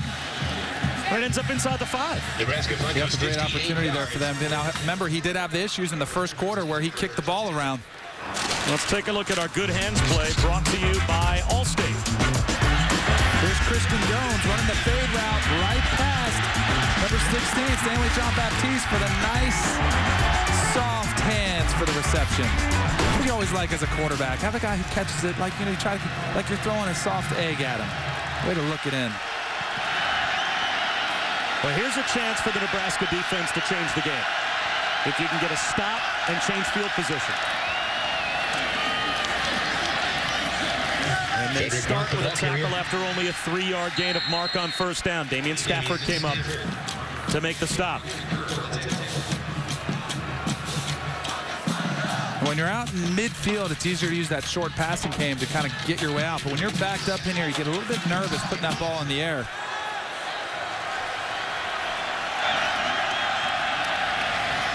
A roll out to Simeon in the end zone. High throw to the sideline. Contact. No flag comes out. Pat Fitzgerald begging for a flag for defensive holding as Ciante Evans tied up with Christian Jones. It'll be 3rd down and 7 from the 7. A lot of contact there by Ciante Evans. Here comes number 40, Dan Vitale. They pass him off pretty nice. That's actually P.J. Smith right there on the inside slot. Some contact there for sure. 3rd and 7.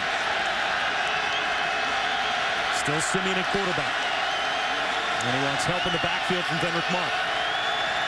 4-man rush. Simeon, high throw again to the sideline. And the Huskers do their job. It's 3 and out. And Northwestern is going to have to punt from the end zone. Well, that's about they've tried the fade routes and they've tried that kind of inside corner route, but Ciante Evans is probably the guy that you do not want to be throwing against. That's one guy that Don Papuchis, the defensive coordinator for Nebraska, singled out, said, hey, he has been shutting guys down in the slot all season long.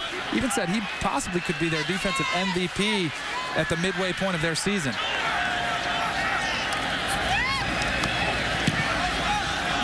Kick that's angled to the near side. Fair catch called for at the 49-yard line by Abdullah. But a great job by going and running that ball down, much like Venrick Mark didn't the last time. That could have been an extra 20-yard roll on that ball, so pretty alert by Abdullah. Now, the whole reason that punt comes from the end zone goes back to the fact that Venrick Mark couldn't do that for Northwestern. So now Nebraska with a big chance offensively late third quarter to start a drive in Northwestern territory. Well, we talked about the play-action pass being their most successful passes so far. Great down to call it is on first down.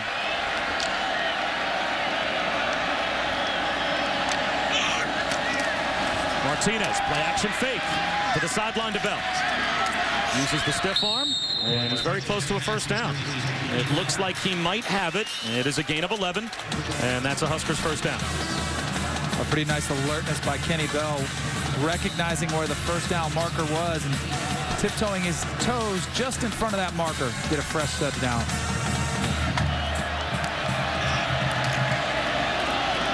On 1st and 10, Abdullah, nothing there. Forced back inside by Wabusi and finished off by Chance Carter. It'll be 2nd down and 10.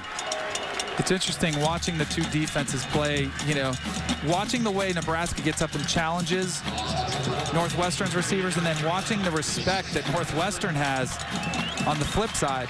Seeing them give a lot of cushion where you can take a lot of the short passing game just like they did the last down. Look at these, there's much more space in between the DBs and the wide receivers. That quick passing game is there all day if they want it. Instead, Martinez bluffed as if he was going to take off, and now he'll turn the corner and sling one up the sideline. Just before he crossed the line of scrimmage, he throws a strike. Tim Marlowe has a first down. How about the play action to yourself?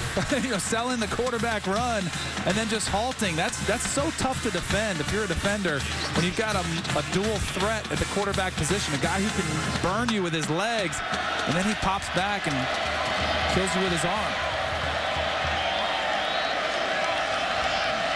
No Rex Burkhead out with an injured knee. Abdullah stays in the backfield next to Martinez. Straight run for Taylor Martinez. Breaks a tackle. Weaves his way into the red zone. Picks up about 6 to the 17-yard line as we go down to Maria. Yeah, guys, cornerback Nick Van Hoos, he's actually walking off the sidelines right now. He has a shoulder injury and is questionable for a turn. So that means Quinn Evans is taking his place at the cornerback position right now. Quinn Evans is the Stanford transfer. Only 5'10", 180 pounds. So you're giving away some size there. And some depth. 2nd and 4. Martinez, wide open Bell. He's got a first down. 1st and goal and add on some more yards. A late hit out of bounds and Kenny Bell's shaken up. Kenny Bell lucky to be able to get back up and shake off what was a tough hit out of bounds. It'll be 1st and goal at the 3. Personal foul, late hit, number 10 of the defense. Half the distance to the goal, automatic first down. Well, what's impressed me this drive is Taylor Martinez making good decisions. Here's one look at the late hit. There's Kenny Bell. Just kind of running a little inside bounce route, and then once he goes out of bounds, gets the extra shove there. Not too horrible. That's when you get close to the pavement over there, though. That's dangerous. Yep. Taylor Martinez has engineered a pretty nice drive to bring it down in this territory. Play action on 1st and goal. Martinez wants to run it in, and he's in. Touchdown, Nebraska. Taylor Martinez, 3 yards rush. 6th rushing touchdown of the season for Taylor Martinez.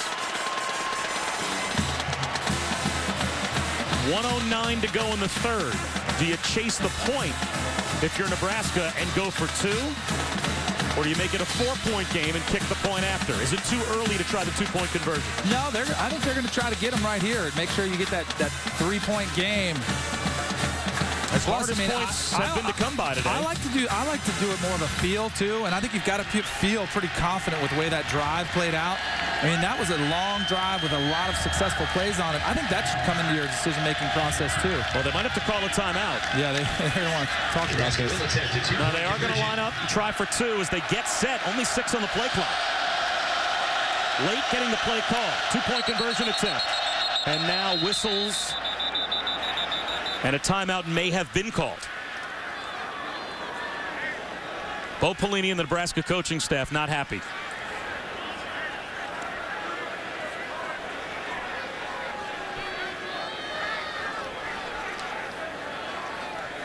Well, obviously, this is more than just a timeout being called by one team or the other. Let's get the call. We're going to reset the play clock to 25 seconds and start the try. Try only. Now, I think that was a case where there was a mix-up in the ball on the field. I mean, they use a different ball for kickers. I think the officials had the wrong one, and Nebraska wanted to make sure they had the game ball that's used for the regular offense.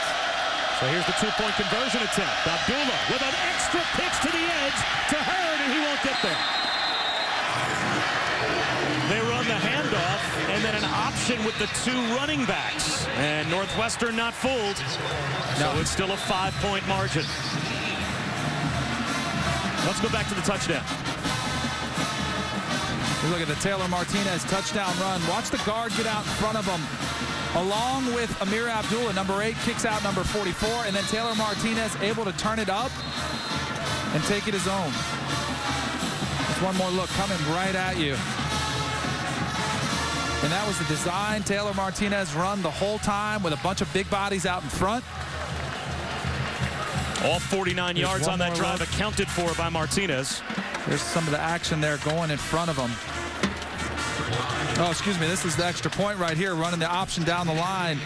But Northwestern just stretching them down. If you're facing that option, you want them going sideways. The longer they're going sideways, the better chance you have of your defense catching up. Are you sensing that Nebraska's offense physically is starting to wear down Northwestern's defense a bit? On that drive, without question. Be very interesting to see how Northwestern's defense holds against the Huskers' rush attack in the 4th quarter as Venrick Mark gets out to about the 23-yard line. So 1:03 to go in the third. It's now a 1-score game. And you've got the number 1 rush team in the Big Ten, number 5 in the country. And you can't put those kind of rush numbers up unless you have the ability to wear down your opponent physically, I would think. Oh, without question. I mean, think about when you think of Nebraska, you think big, you think ground and pound, and that's exactly what they do with some athletic guys, some quickness in the backfield. Coulter on the sideline, Simeon at quarterback.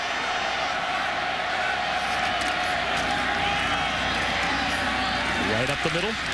Venrick Mark for 4 yards. It will be 2nd down and 6. And that takes us inside of a minute to go in the 3rd quarter.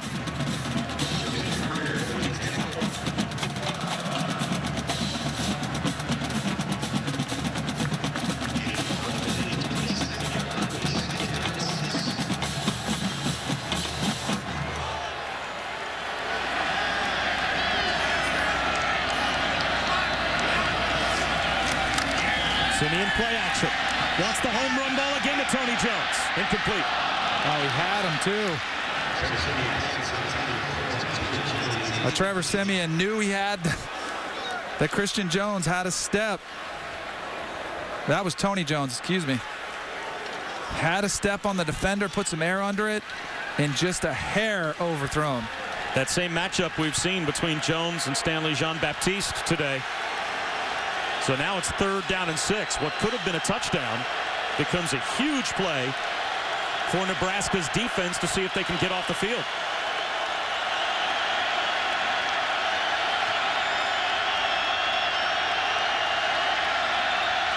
Huskers show blitz. They bring 5. Simeon, again, a one-on-one matchup on the edge. And again, Northwestern can't hit the deep ball. Rashad Lawrence the target that time. Well, I think it goes back to what Maria said that Pat Fitzgerald said at halftime. It was, hey, my guys are going to have to get athletic and make a play. I mean, Nebraska is challenging them, and they're trying to counter by going deep. And they hit it one time, and that's it. I mean, it's a low percentage throw. If you get it, it's a home run. You're probably going to score a touchdown. But it has been a challenge for Northwestern. The 11th Northwestern punt. And this is a good one. Abdullah all the way back to his own 20-yard line, and he'll be brought down inside the 20. What a terrific punt by Brandon Williams. Quinn Evans made the stop of Amir Abdullah, but that was a 51-yard punt and a loss of 3 more on the return.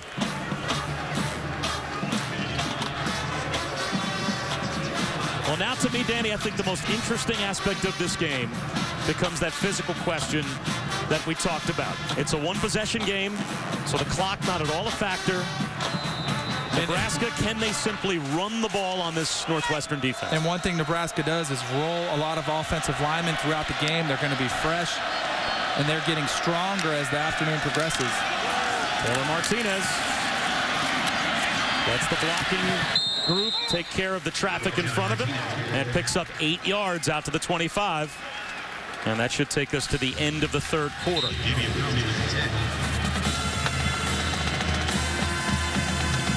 So we head to the fourth quarter. It's a 5-point game. Northwestern clinging to a 21-16 lead.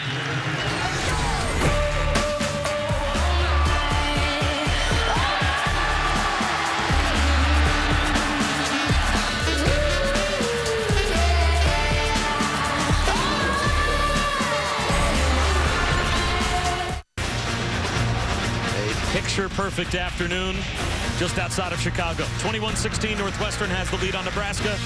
ESPN College Football in the Big Ten. Bob Wischusen, Danny Cannell, and Maria Taylor here in Evanstan. Plenty of Nebraska fans, as you can see, have filled up Ryan Field. But that Northwestern student section's made some noise. They're starting to rock a little bit, realizing the importance this fourth quarter is going to play in this game. Their defense is going to have to step up.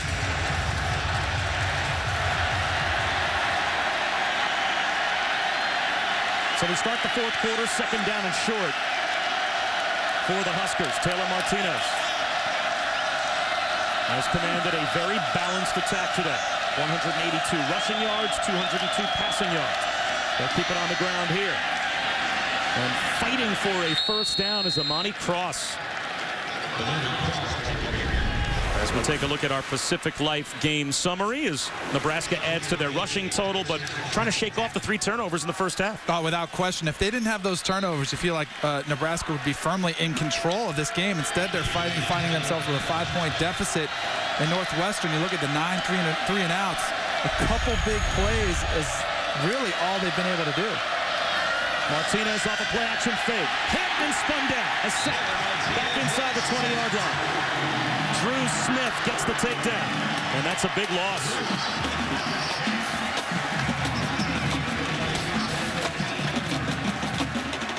Well, Drew Smith on that line of scrimmage just able to beat the left tackle to the point of attack right there, Taylor Martinez. And that's a big stop, because this is what they need to do. They need to get Nebraska off schedule. Nebraska's just been grinding them 3 and 4 yards a pop. You want them in long-yarded situations like this. Hand off to Abdullah, shakes and bakes out to about the 24-yard line. That'll still bring up 3rd down and close to 14. And that physical advantage that we talked about, maybe Nebraska having to start off the fourth quarter, that's taken off the table when it's 3rd and 14. Oh, without question. That's what they need to do, is try to get some more linebackers involved, force Taylor Martinez to beat you strictly with the passing game. But he's doing a pretty phenomenal job. Decision-making, working that zone read, taking what they're giving him. You know, it's going to be a challenge, but these are the types of situations you want to force Nebraska's hand.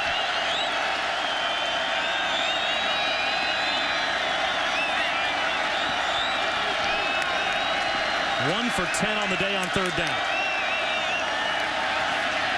The pocket starts to collapse again. Martinez tries to escape. runs out of space, and then fires one up the sideline. And the entire Nebraska sideline looking for a flag, and they get it. Tariq Allen, the intended receiver. What a job by Taylor Martinez to extend the play, give his receivers a chance to help him out, and there are 2 flags down. Phenomenal play by Taylor Martinez, just buying any kind of time. I mean, that play was dead. You thought they had him for a sack in the backfield, and just one-man effort right there. And then I thought he was going to run it, just try to run for the first down, and then he was able to pull up and almost made the circus throw. Well, the question here is, do we have 2 separate fouls? If we have offsetting penalties, you'd have to replay 3rd and 14. Well, certainly the flag thrown from the secondary, that was the flag that the entire coaching staff and sideline for the Huskers was begging for. They got that call in the secondary. There's another flag down, though. There are multiple fouls on both teams. Pass interference, number 27 of the defense. Ineligible receiver, number 77 of the offense. Those will offset. Then we have a dead ball, sideline warning on Nebraska. That's a 5-yard penalty, 4th down. That can't be 3rd down. That can't be 4th down. Replay 3rd down. But not only are you replaying 3rd down, but if they're going to call that penalty after the play is over, that makes it 3rd and 19. Here's a look at the scramble by Taylor Martinez. You see him, nice job stepping up in the pocket. You think he's going to take off with his legs. He gets outside the defense, a nice stiff arm right there. But then he pulls up. He finds number 7. And here's number 77 right there. Way too far down the field. Officials all over it. And, of course, Bo Pelini and half of the Nebraska bench are coming out there trying to get the pass interference call, so they get busted also. He wants his guys back, though, because the 5-yard penalty after the offsetting penalties makes it 3rd and 19.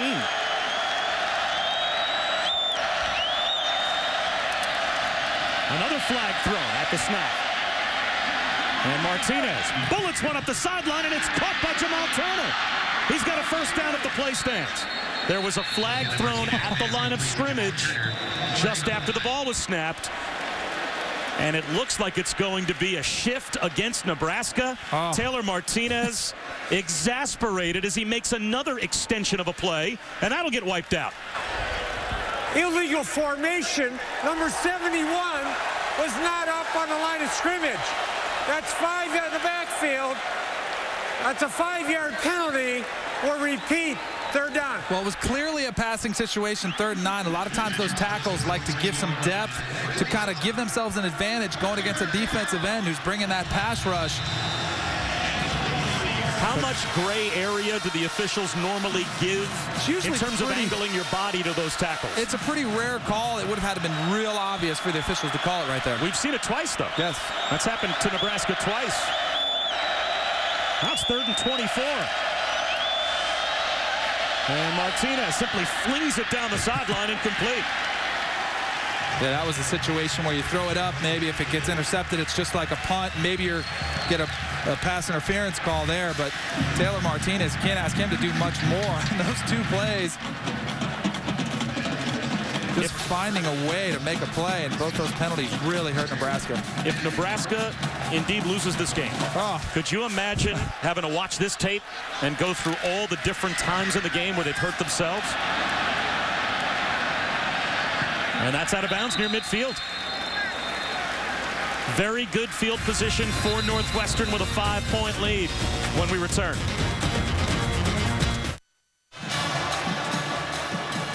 On the left, number 71, Jeremiah Searles, just heard it from Bo Pelini while we were away. The 2nd time in the game that an offensive lineman has been called for being off the line of scrimmage for Nebraska, and it hurt the Huskers. Now in midfield, Kane Coulter dives into plus territory with a gain of 6 on 1st down. Will Compton made the stop.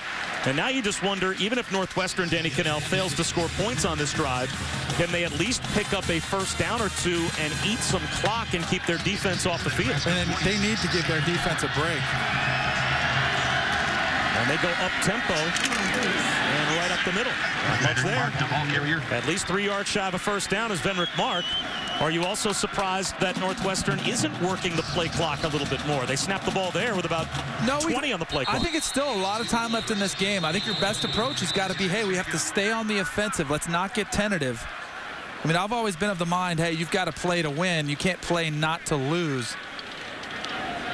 And Venrick Marks shaken up on that last play, so... I think a pretty key storyline in this game, too, is what Nebraska has been able to do with Kane Coulter, shutting him down for the most part. And that was a huge part of their game plan.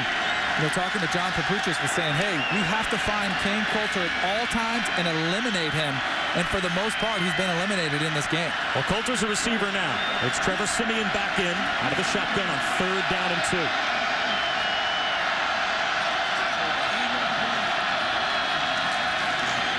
And there's Kane Coulter to make the first down reception. Quarterback to quarterback. And that moves the chains for Northwestern to the Nebraska 36. Here's Kane Coulter, lines up in the slot.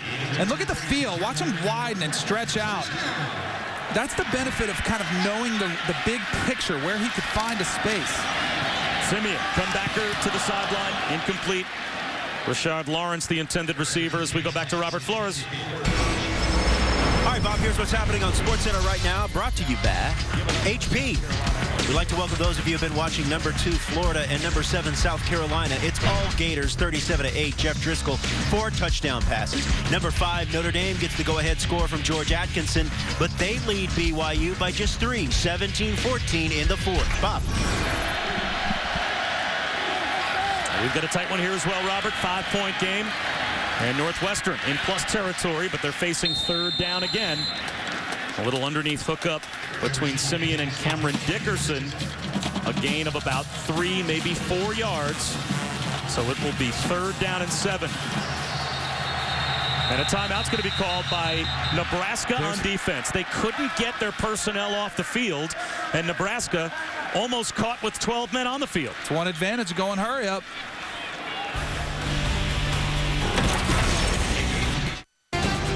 There was the School of Journalism's prediction as to what the final score would be. They were a little off, 70-2, but some notable alums that have come through the Northwestern School of Journalism include our own colleagues, Mike Greenberg, Brett Musburger, and Michael Wilbon, who joined us earlier to start off the second half. Big play here. Somebody's got to win on the outside. Somebody's got to win one of these matchups. Here comes a blitz. Simeon under pressure, buying time, tucks it under. He's going to try and run for it. The flag's down. He has the first down if the play stands. A flag thrown on the near side in the secondary. Well, there was a lot of contact on those jams. Nebraska was up once again, pressing the wide receivers. There was a lot of contact down the field. But how about Trevor Simeon? The athleticism he showed by fighting his way for that first down.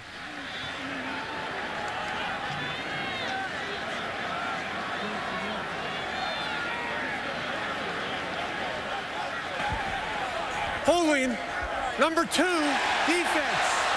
10-yard penalty from the end of the run results in a first down.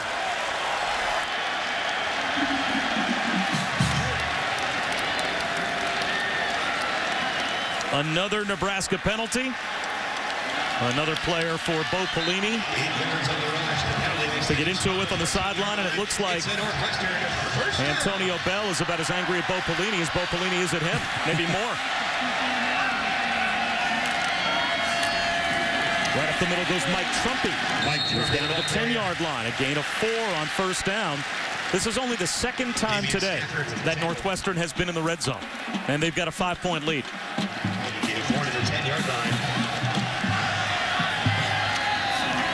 Trumpy again. Down to the 7-yard line. It will be 3rd down and 3. Jason Ankra made the stop.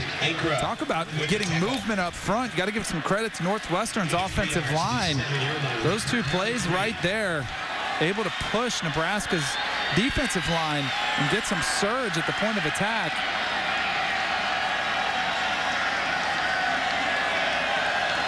This is a huge play. 3rd down and 3.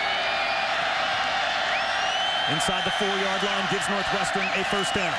They'll run it again with Trumpy. He might be just short. Mike Trumpy, the ball carrier. Let's see where they mark the football. And now what do you do if you're Pat Fitzgerald? 4th down and a foot if our 3rd down marker is right. Well, you talk about feeling a call right there. Look at what Northwestern was able to do those first 3 plays. They got 3 yards a pop, but it's tough to walk away from points right here. Here's the thing, though. If you don't go for it on 4th down and you opt to kick the field goal, it's only a 1-possession game. It would take the lead from 5 to 8. If you go for it and eventually score a touchdown, well, now you've really got Nebraska in a hole. And it is exactly 4th down and a foot. Pretty good call there, asking for the measurement, basically buying yourself a timeout while the officials are on the field with the chains. What would you do? I mean, I think Pat Fitzgerald's a guy who likes to live by the edge, but he's going to take the points. I tend to agree with him here. Let's see. He's got Kane Coulter out there. Oh, now he's going to... They're going to go for it. They've got Kane Coulter with Mike Trumpy behind him. He ran the quarterback sneak before. Remember, they tried to do the little shift, get them off sides. You can run something similar here. You got a QB sneak this. You only need inches, and Kane Coulter is pretty physical as it is. That's what I'd expect. Don't even give the ball, lose any ground in the backfield. Just let Coulter sneak it. 4th down and a foot. Let's see if Northwestern does indeed snap the ball. The head bob, just trying to get Nebraska to go off sides. He's back under center. He will snap it. And he gets stopped initially, but the second effort gets him the 1st down. Wow. We talked about Kane Coulter and how well a job Nebraska had been containing him. This drive, he's made a couple big plays, none bigger than that 4th and inches, which you saw, Bob, was shut down, initial contact. Look at all those backers up in the gaps. Coulter's able to kind of feel his way around, improvise, and find that 1st down. Great individual effort. So it'll still be Coulter to take the direct snap now on 1st and goal. Trumpy at the goal line. He's in. Touchdown, Northwestern.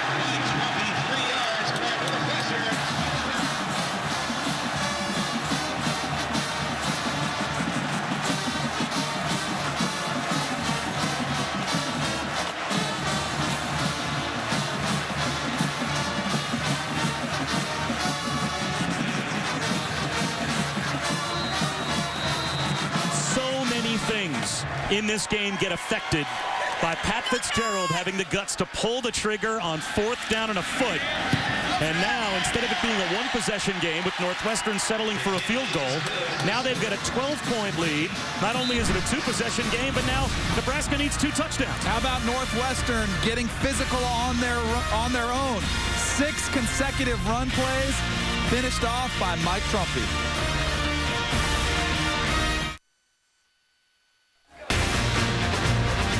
Northwestern Wildcats, with the fall foliage surrounding a sold-out Ryan Field, have taken control of this game here in the 4th quarter. And again, it is the self-inflicted wounds of Nebraska that have been as much of a story as the 4 different players that have scored the 4 touchdowns for Northwestern. Mike Trumpy with his 2nd rushing touchdown of the season makes it a 28-16 game. Short kick comes down at the 10 to Kenny Bell.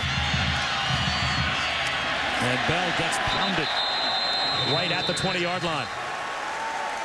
We have the #1 team in the land tonight on ESPN. A.J. McCarron and Alabama head to Knoxville to take on Tennessee at 7 Eastern.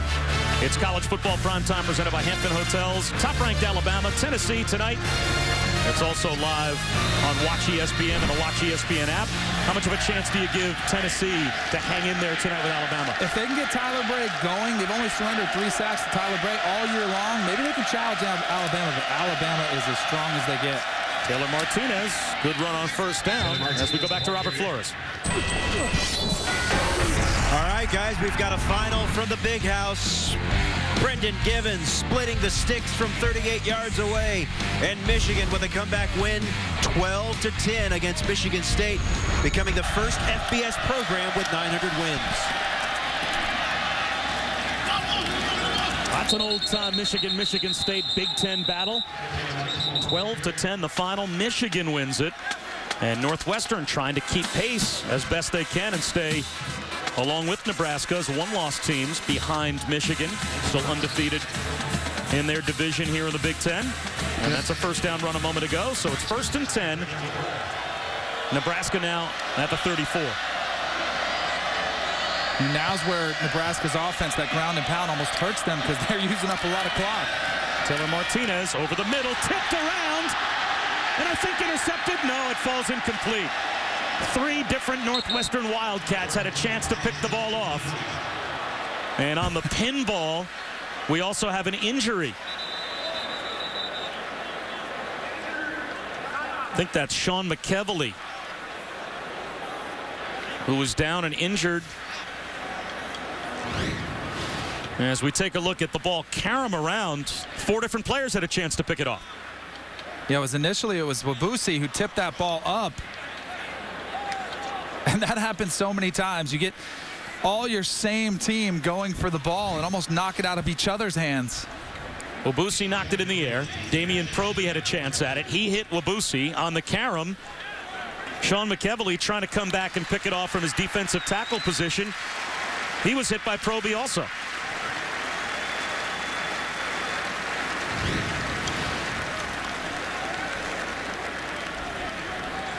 Just one more look at it. Ball's tipped in the air. Off a helmet, off a glove, off a mitt. That ball hit everything. That's a dodged bullet for Nebraska. As McKevely helped to the sideline. So it's 2nd down and 10.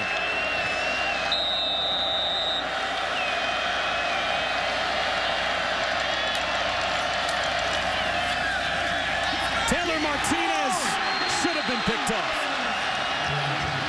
Ibrahim Campbell had a chance maybe for a pick 6, but lost his footing and couldn't hold on to the football. Now it's 3rd down and 10. The Northwestern defensive coordinator Mike Hankwitz said, we are going to get opportunities for turnovers. We have to capitalize. 2 missed opportunities right there.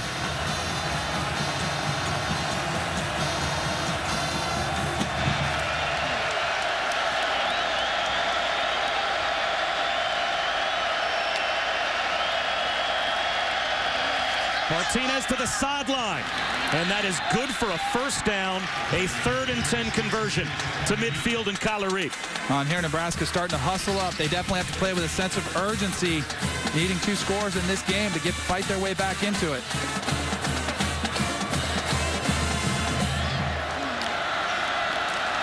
Four-man rush. Martinez still under some pressure. Flips it to Abdullah. And he'll step out of bounds with a gain of 5. And that will stop the clock for the moment with 7:08 to go. And give Nebraska a chance to get set before the clock starts again. Now the officials roll the clock, coming up on 7 minutes remaining.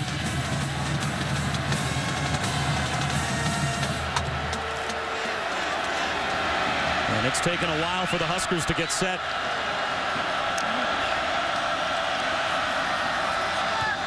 Bobbled ball by Anunwa, but he's got a first down. What you're seeing Northwestern do right here defensively is just keep everybody on Nebraska in front of you. Let them take those short underneath routes all day long. Don't get beat for a touchdown and make tackles. Just let them use up that clock. So Northwestern starting to exchange some yards for time. You saw defensive coordinator Mike Hankwitz there. 1st and 10. Martinez, well protected. Goes into triple coverage to Anunwa, and he's got it. What a throw by Martinez. Terrific catch by Anunwa, and it's 1st and goal. Wow, and sometimes you just have to take a shot and trust your receiver to make a play, and that's exactly what Anunwa did there. Look at him, knows he's going to take a hit. Actually, the Northwestern guys hit them each other. Gain of 30 puts it inside the 10. 1st and goal at the 8. Martinez swings one wide and overthrew Abdullah. Well, Amir Abdullah's only 5'9", so hard to drop that little swing pass into your short running back over those big offensive linemen. It'll be 2nd down and goal. No, but an incomplete pass there is not the worst thing. There's a look at Anunwa shaking up a little bit after that huge catch he made. And now with the incomplete pass, they're able to catch their breath a little bit. Nebraska is. We've got Tariq Allen at the top of your screen, replacing Anunwa. That's where Martinez wants to go. Right up against the sideline. It's good for a touchdown. Tariq Allen. He came into today with 1 catch on the season, and now he makes it a 1-score game. Well, they went with a sluggo route. The X, slant, and go. A double move on the outside. Watch him right here. He's going to sell that and then go to the back of the end zone. Martinez with a little pump fake and a beautiful throw, nice and high, where only Tariq Allen could get it. Daniel Jones a little late getting there. And what a masterful drive by Taylor Martinez in this Nebraska offense. Great drive. 10 plays, 80 yards, barely over 2.5 minutes off the clock. Nebraska still with 2 timeouts, 5:55 to go, so they can certainly kick it deep and let their defense go play. One more look at the touchdown. Tariq Allen. This is one he will remember for quite some time.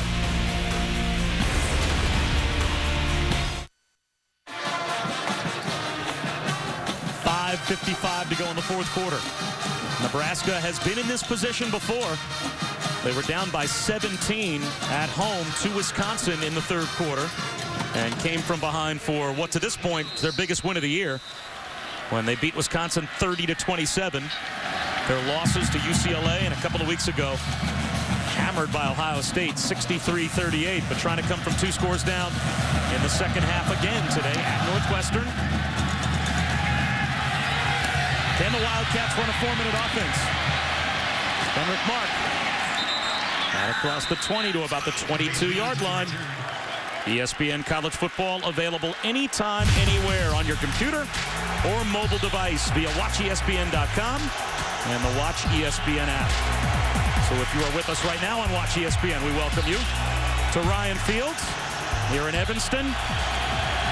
It's about 50-50, the crowd, though. You'd think this was a bowl game, and half the tickets went to Nebraska and half went to Northwestern. I think it might be 60-40 for Nebraska. I mean, the crowd noise right now, the defense for Nebraska is getting them fired up, and hard to believe Northwestern is actually going to have to deal with some of the elements here in their own backyard. Well, this is as close to a road environment as Northwestern can get. Quarterback draw. Kane Coulter picks up 3 yards as we check in with Robert Flores. All right, guys, AT&T All-America Player of the Week nominee, backup quarterback Kenny Guyton for Ohio State. Now, sure, the numbers aren't great, but he came off the bench in place of the injured Braxton Miller, leads the Buckeyes to a comeback win in overtime against Purdue. You can text vote to 34763. By the way, Braxton Miller released from the hospital, symptom-free. That is great news for Braxton Miller. 2nd down and 7 with Trevor Siemian in the game. They'll hand one to Mike Trumpy. And Trumpy picks up about 2 yards or so to make it 3rd down and a long 4, close to 5. Well, the last drive, remember Northwestern ran those 6 consecutive runs. They were able to get a lot of ground yardage to grind up that clock. It'll be interesting to see here, how much do they trust Trevor Siemian? Are they going to let him drop back and go through progressions and try to pick up the 1st down through the air, or are they going to keep it on the ground? Looks like here, empty backfield, let him throw it. 3rd down and 4. Kane Coulter right there.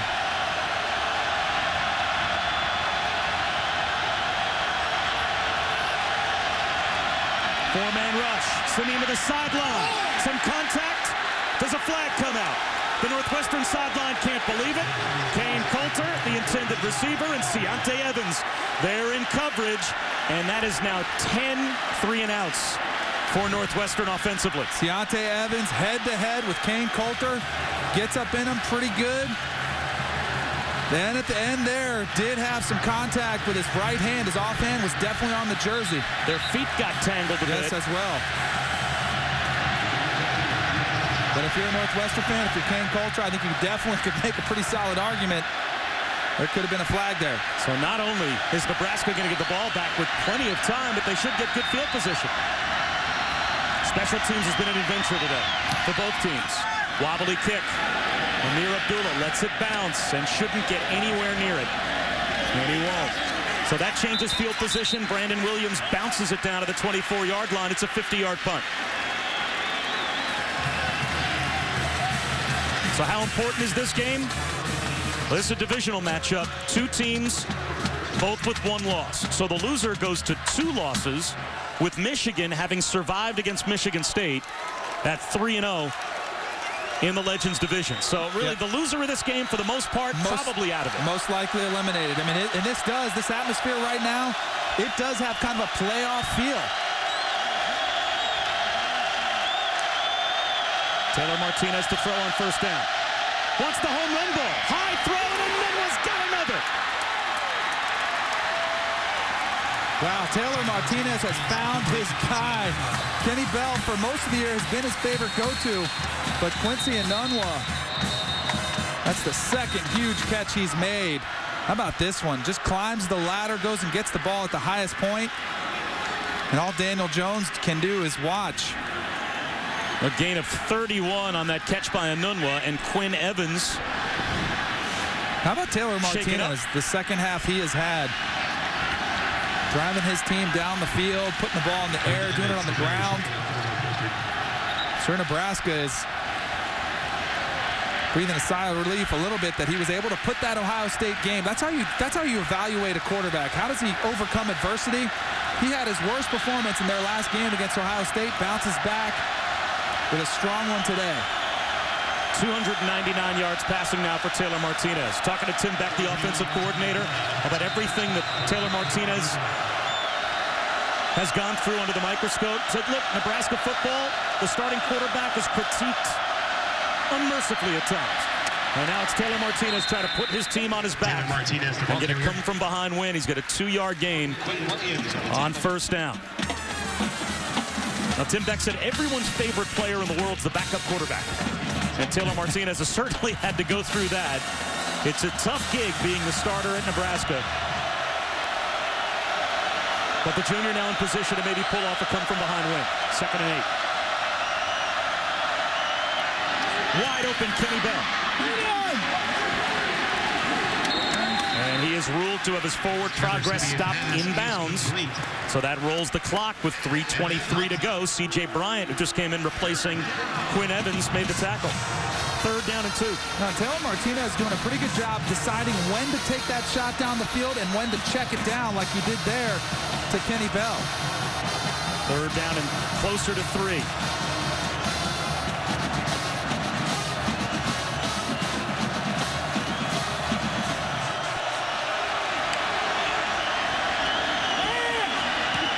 First down catch again, and again it's Quincy Nunwa. And Taylor Martinez, once again, there was a blitz coming, realized he had to get rid of the ball quickly. Found Nunwa in the flat for the big first down. And he has really found a rhythm. Once again, Northwestern just kind of playing everybody back here, keeping everybody in front of them, trying to buckle down when they get down here in the red zone. Taylor Martinez directing traffic. Martinez looking for Nunwa again. But check that, Jamal Turner. Jamal Turner gets in between the safeties, and it's 1st and goal. Well, that was the same throw he made to Nunwa before that got him blown up, just right between those two safeties in the middle of the field. Those safeties have got to get a little bit more aggressive. They're widening out. There's a flag down. It looked as if Northwestern might have jumped early. They were. Offside, defense, number 67. That penalty's declined. Result of the play, first down.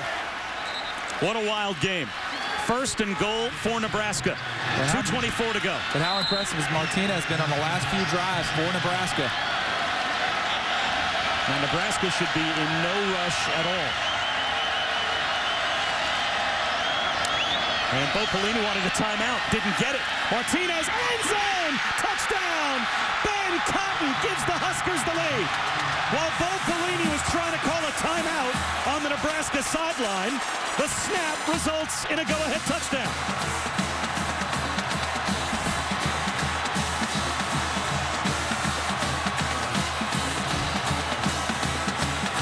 So now the Huskers will go for 2 to try and make it a 3-point game.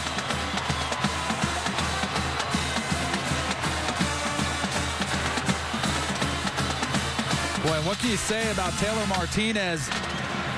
Looked firmly in command of this offense this second half, really settled down, made great decisions, has done everything that they've asked him to do.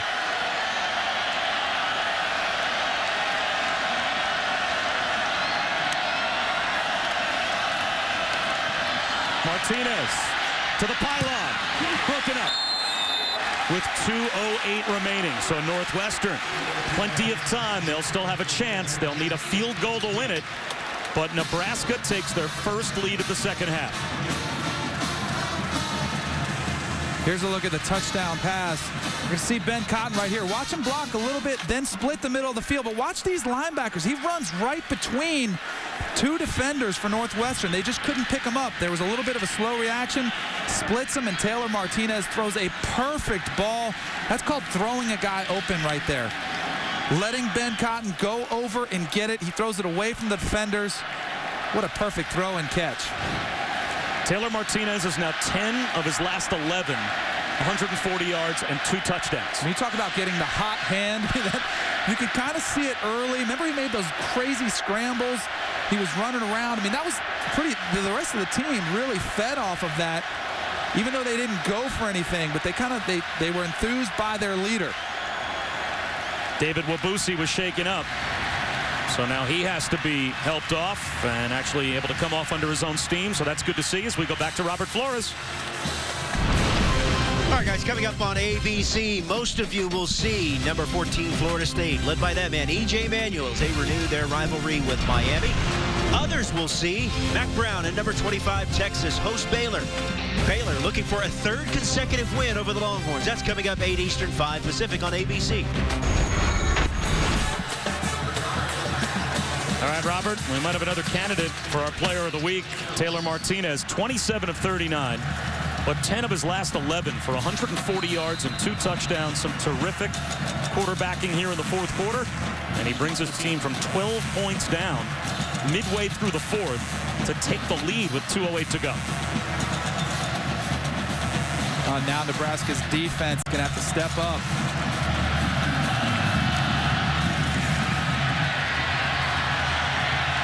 And Northwestern will have to start at the 25.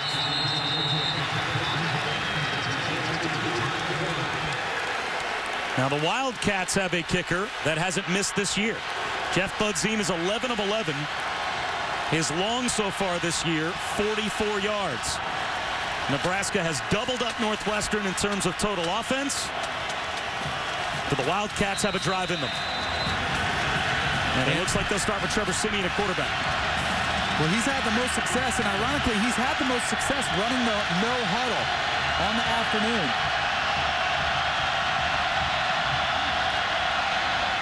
Low throw, scooped up by Coulter. It's a gain of 8 on first down. And that will roll the clock under 2 minutes to go.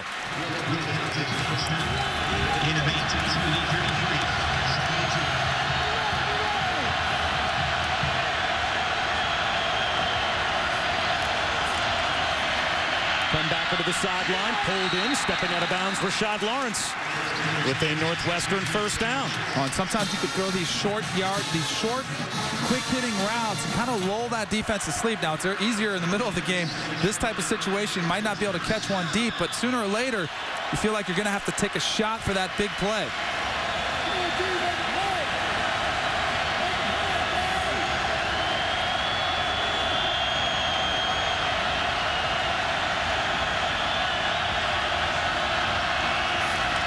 Four-man rush. Siemian out of the pocket. Floats one down the sideline. Wide open. And making the catch is Lawrence. Inside the 40. He got lost along the sideline. That's going to be a blown coverage for Nebraska. Bob, I did a disservice to Trevor Siemian by calling him a pocket passer because he has shown the ability to elude that pass rush and buy that extra time, which puts such a stress on defensive secondaries. Here comes the blitz. Siemian to the sideline, almost intercepted. Stanley Jean-Baptiste could have ended the game. Boy, Ciante Evans came from a long way. Trevor Siemian knew he had to throw that ball, get it out of his hands. Jean-Baptiste with a missed opportunity there. As we said, Jeff Budzim, the field goal kicker for Northwestern, a long this year of 44. So to equal his long, you have to get to probably about the 28-yard line or so for it to be a 44, 45-yard field goal. So Northwestern needs another 12 to 13 yards to be inside field goal range. 2nd and 10.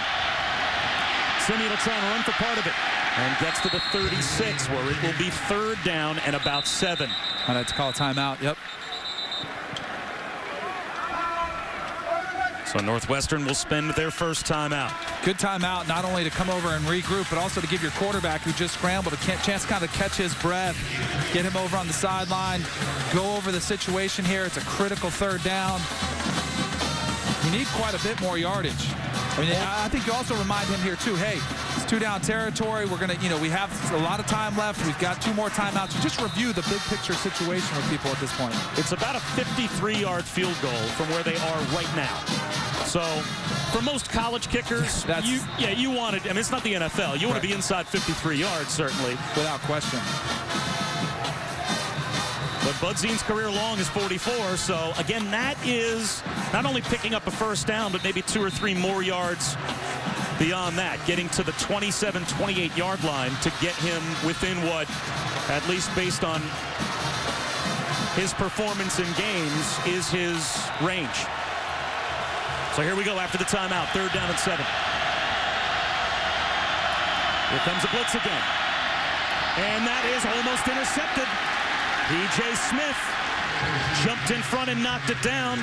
Vitale was the intended receiver, so now Pat Fitzgerald has a decision to make. Do you try the 4th down conversion play, or you try Jeff Budzine from what would be a career long? Not on a 4th and 7. The chances on a 4th. If it was 4th and 1, maybe you consider it, but then in that situation, you're a more makeable field goal anyway.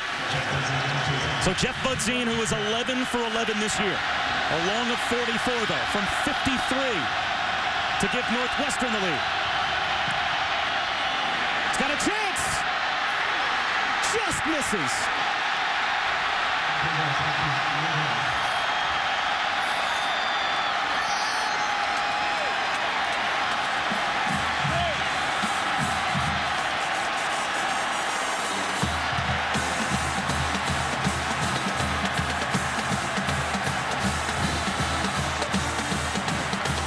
Here's one more look at the kick, which had plenty of leg. Or did it? It just comes that close. I mean, by a foot to the right of the upright. And you're right, Danny, he had the distance. Yep. That would have cleared the crossbar. Now there's 1:10 to go, and Northwestern still has a couple of timeouts. So technically, it is not over yet. Nebraska still has to run plays. And Northwestern might put them in a position where they'd have to punt if they can keep them from picking up a first down. And they'll sell out to stop the run on first down. Pat Fitzgerald calls a timeout. It's a loss of 1 on first down. Amir Abdullah stopped behind the line, so it will be 2nd down and 11 after the timeout and after we check in again with Robert Flores. All right, guys, this game comes down to a late 2nd field goal, except TCU's Jaden Overkrimp makes his from 42 yards away, and we're tied at 36. TCU and Texas Tech, they're going to overtime in Fort Worth. Wow, what a game in the Big 12, and what a game we've had in the Big 10. This game will not go to overtime, we know that, as it is either Nebraska holding on for a 29-28 win or Northwestern getting one more crack with the football.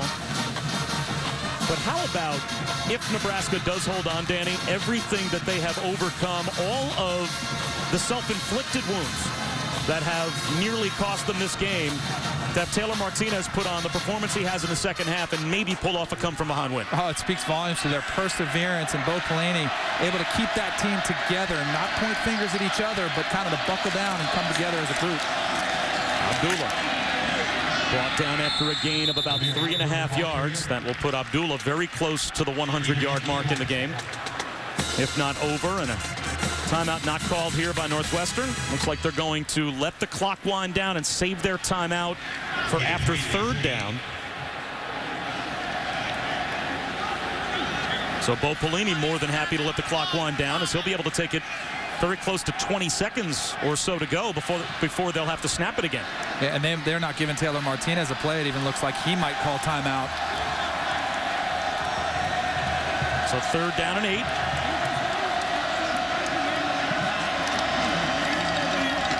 Northwestern tries to bottle up Abdullah. They do, and they will call their final timeout with 17 down to 16 seconds to go. It'll be 4th down.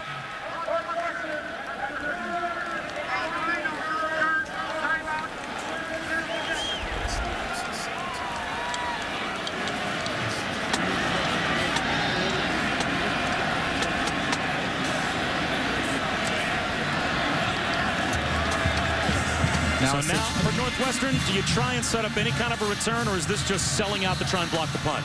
I think you sell out to block the punt. I think you try to bring heat as best you can. But they do have a return man back. Well, with 17 seconds to go, if you return the kick, and maybe this only takes 9 or 10 seconds, you leave yourself maybe with a chance to snap the ball, get to the sideline, and potentially set up for a long field goal. We saw Budzine with the strong leg he's got. Just missed from 53. But certainly it looks like Northwestern is bringing a group to try and block the punt. And Kenny Bell's going to move back inside rather than be a gunner and help protect his punter, Brett Maher.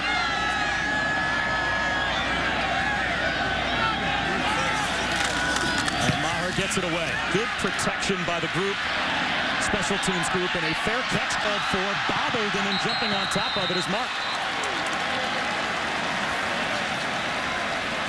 Check that. That's CJ, or rather Tony Jones, back to return the punt. So now you've got 8 seconds to go, no timeouts. So most likely only one snap for Northwestern. Yeah, this is rugby time. Yeah, you go out there, you throw it down the field, start the hook and ladder, just start pitching that ball, try to keep it alive, and hope for a miracle. It was an ugly day for Nebraska, but they're 8 seconds away from pulling off a 2-touchdown comeback in the fourth quarter. Simeon over the middle, broken up. So one more try for the hook and ladder with 2 seconds to go. Kane Coulter, the intended receiver.